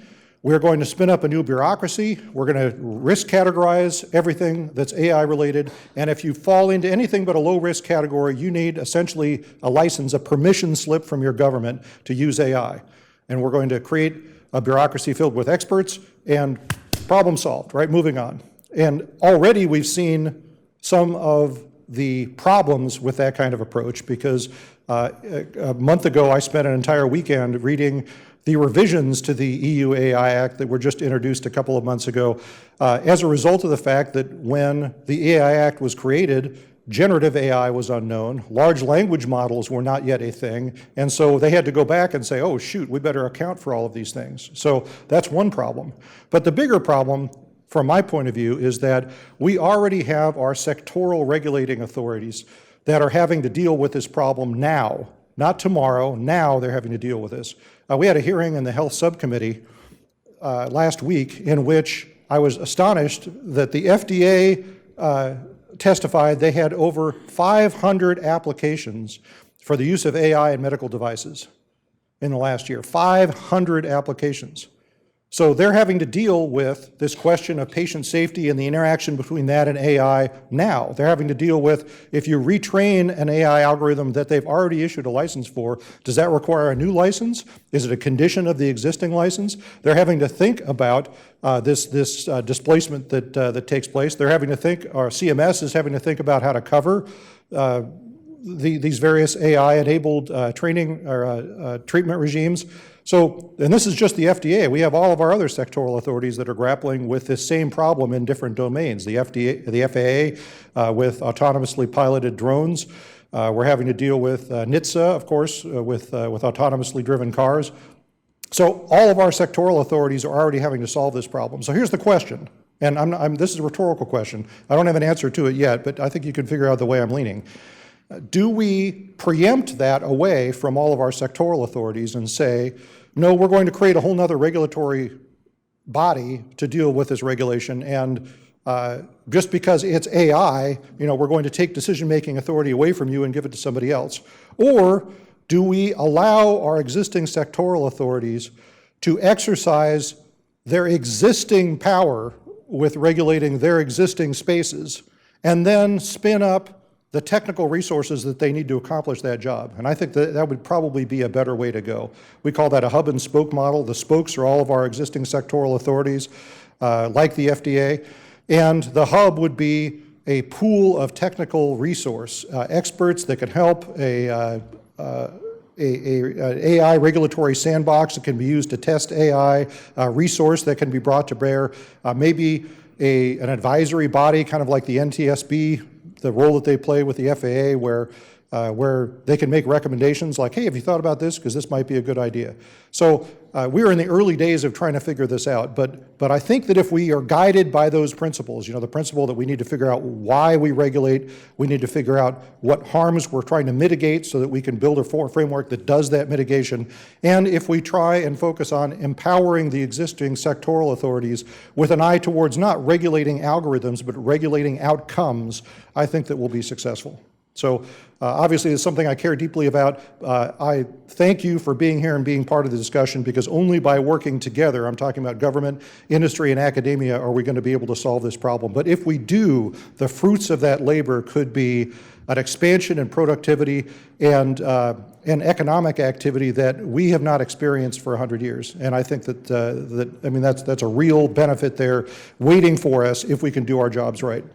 So thank you for listening, and I'm looking forward to our Q&A.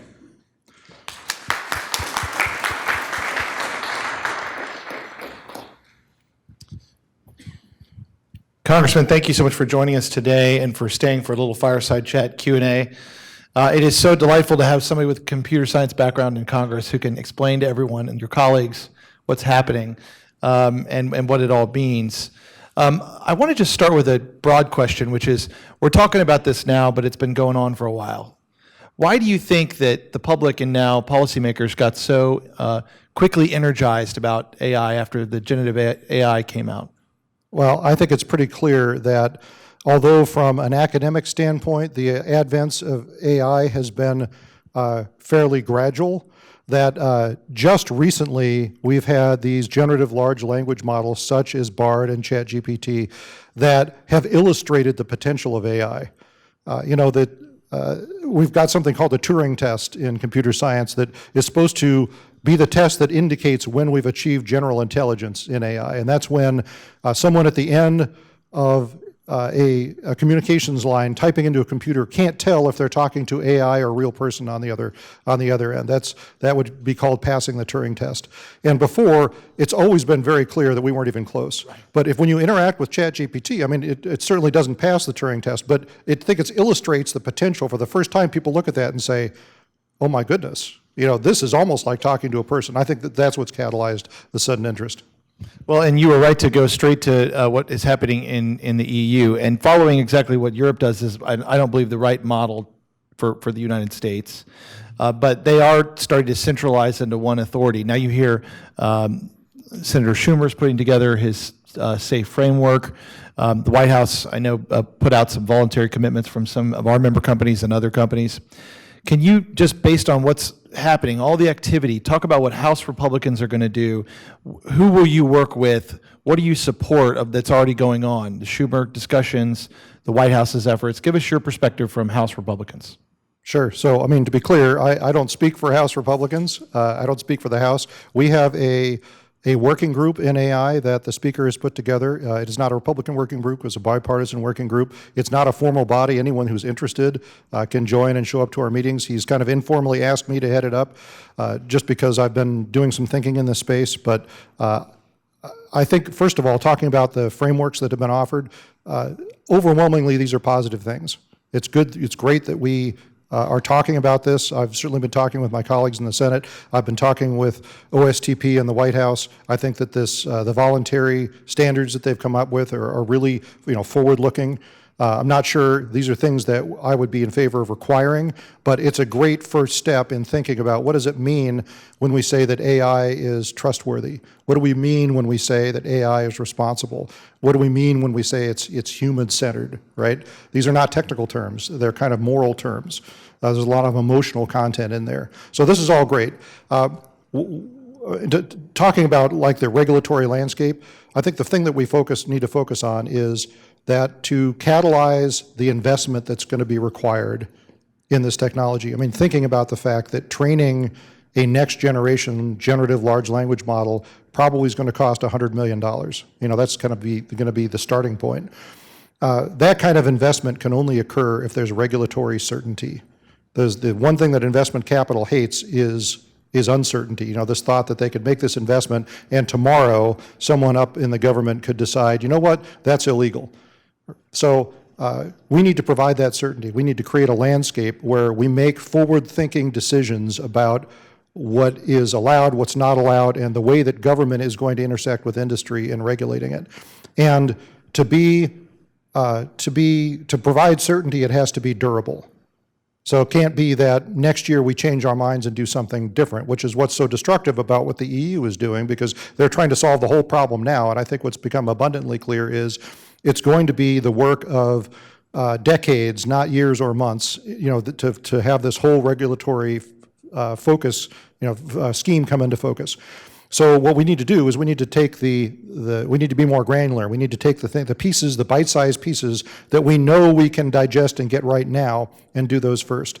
So to be durable, it's got to be bicameral and it's got to be bipartisan, because the one thing that we can't have is we get a new president in office, we get a change of control in the Senate, a change of control in the House, and all of a sudden all the rules change, because that's going to be very disruptive to everything we're trying to do. And this is not a partisan issue, so we're trying to engage everyone in having this conversation. I love the bipartisan spirit that you just put forward, because this is about American jobs, American growth, America's global leadership in this space. Privacy is a great way to look at how we should have done something 3 years ago when the FTC first said we should have, and pass a national privacy law. California recently passed a privacy law. I know you're from California. They keep amending it and changing it. It's very difficult for businesses, particularly small and medium-sized businesses, to quickly adapt, as you just mentioned, with durability. So I think a foundational need is a national privacy law, preemptive, that gives the rules of the road for how we utilize data. Do you agree, and do you see a privacy law as being a national imperative? Yes, I absolutely do agree. The little-known fact is that before serving in Congress, I served in the California legislature, and I was the Republican lead for the drafting and passage of the California Consumer Privacy Act. So we could have an hour-long discussion about what to do and what not to do and the lessons learned from that. But one of the big lessons learned was we were under time pressure for reasons that don't bear going into, but we knew when we passed it that there were some problematic areas that we just hadn't had the time to get right, and we naively thought that we'd be able to come back the next year and pass a cleanup bill, and then the year after that and pass a cleanup bill as the implementational difficulties became clear. What we did not realize is that when you create a regulatory landscape with winners and losers, all of the winners are going to get together and try to prevent you from fixing the problems that created the winners, and empowering the people that are losers, even if it's not fair that they were winners. It's dollars and cents at stake. All the winners are going to get together and trying to prevent you from fixing those problems. So that made it much more difficult to solve those problems in future years. So that's why it's so important that we get it right. But getting to your question about a federal data privacy standard, I think it's very clear that this needs to happen, and sooner rather than later. There are a couple of problems. First of all, we have allowed a regulatory landscape to exist in the United States with respect to digital data privacy that is completely state-driven. So that means that there are eventually going to be 50 different state regulations with regard to digital data privacy. Right now, I think there are 26, I think, as of this week. But eventually, we're going to get to 50. And that's very destructive to entrepreneurialism, because the only people that have the legal sophistication to deal with a regulatory space that complex are the big established companies. The people that don't have the sophistication to deal with that are two guys trying to start a company in a garage. Right? And yet, if we look at our history, that's where the Googles and the Apples of the world came from. So we want to preserve that. We want to preserve America as a country that fosters that spirit of entrepreneurialism. So and the other thing is, it's so obviously related to interstate commerce. I think it absolutely has to be preempted away from the states, and we need to establish one standard. But the other thing is, we were talking about, when we look at AI, the need to mitigate potential harms. And if you ask me about what are the short-term biggest threats that AI poses, it's when we talk about general intelligence, that's years and years off. We have some runway on that. But the near-term threats are the way that AI uses data to make eerily accurate predictions of human behavior and empower people to influence that behavior. It's already being used that way. AI also has, because of its pattern recognition capabilities, the ability to re-aggregate digital data that's supposedly been de-aggregated. So if you go to a data broker now and you say, I want a bunch of data on this particular topic, you can buy that, and it's all been disaggregated, supposedly. But if you buy data in one field from this broker, one field from that broker, one field from that broker, AI can put that back together and identify the individual people that data comes from, because that's what AI does, right? That AI can recognize those patterns and put it back together. So that pierces through the supposed privacy that disaggregation is supposed to create. So in the near term, in the pantheon of near-term harms, that's the biggest one, and that's why we absolutely need to act on that. So we had a bill that in the House that definitely had some problems, but was a great step in the right direction, that was passed out of Energy and Commerce last year. We're working on a new bill this year. I am cautiously optimistic that we're going to succeed in getting that onto the House floor for a vote this year and over to the Senate. That's what needs to be done.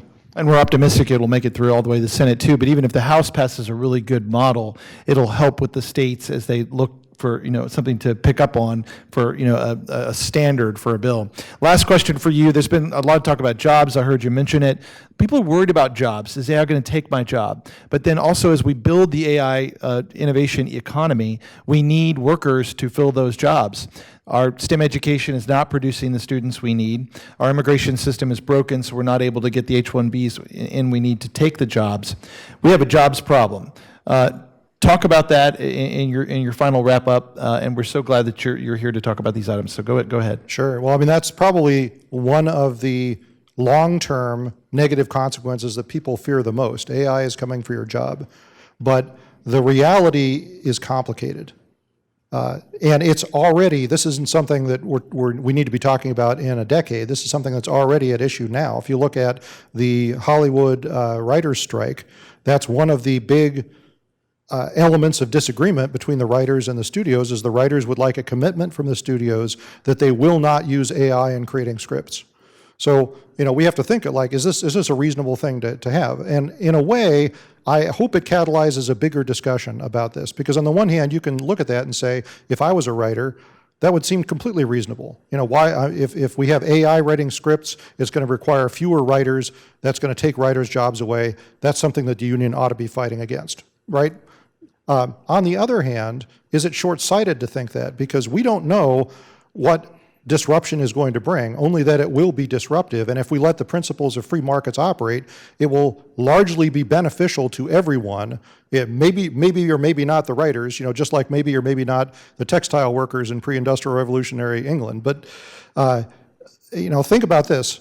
Combine AI script writing with generative AI's ability to generate movies. You might see a world where instead of 1,000 new pilots a year, we're generating 100,000 new pilots, this explosion of content, where when you go to Netflix, you're not seeing a bunch of content that is created with a broad audience in mind. You're seeing content that was created maybe just for you, right? This is a series that's only been generated for you.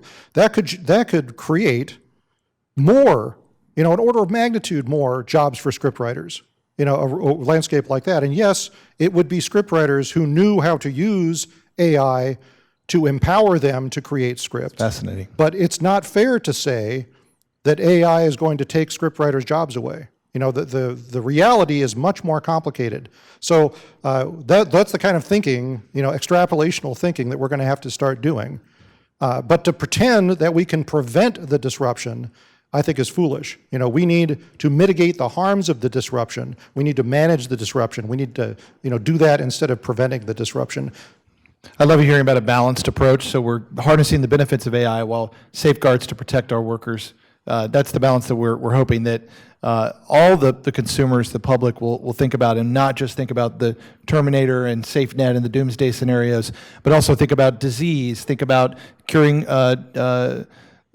previously unsolvable disease, helping us predict severe weather, helping us with learning disabilities, helping us with our global leadership. I know China's not going to let go as they invest in AI. Having America lead it with our values and innovation is the way forward. I want to just thank all of you for your participation in our event today. I want to take a quick moment of privilege to thank the TechNet staff. If you're a TechNet staff, could you please raise your hand? The TechNet staff made this whole day possible. We had some great speakers today. I hope that you enjoyed our materials. Our staff is going to stay. If you would like to come up and speak with them about any of these issues, we'd be really happy to. Remember that we've launched yesterday our AI for America campaign, investing $25 million into getting the word out about the positive aspects of AI. So as you think about the risks, we're also going to think about the positives. We hope you'll continue this discussion after you leave here. It's certainly going to keep going. This isn't going anywhere. Thank you again, and help me close by joining a round of applause for the Congressman for coming today. Have a good day.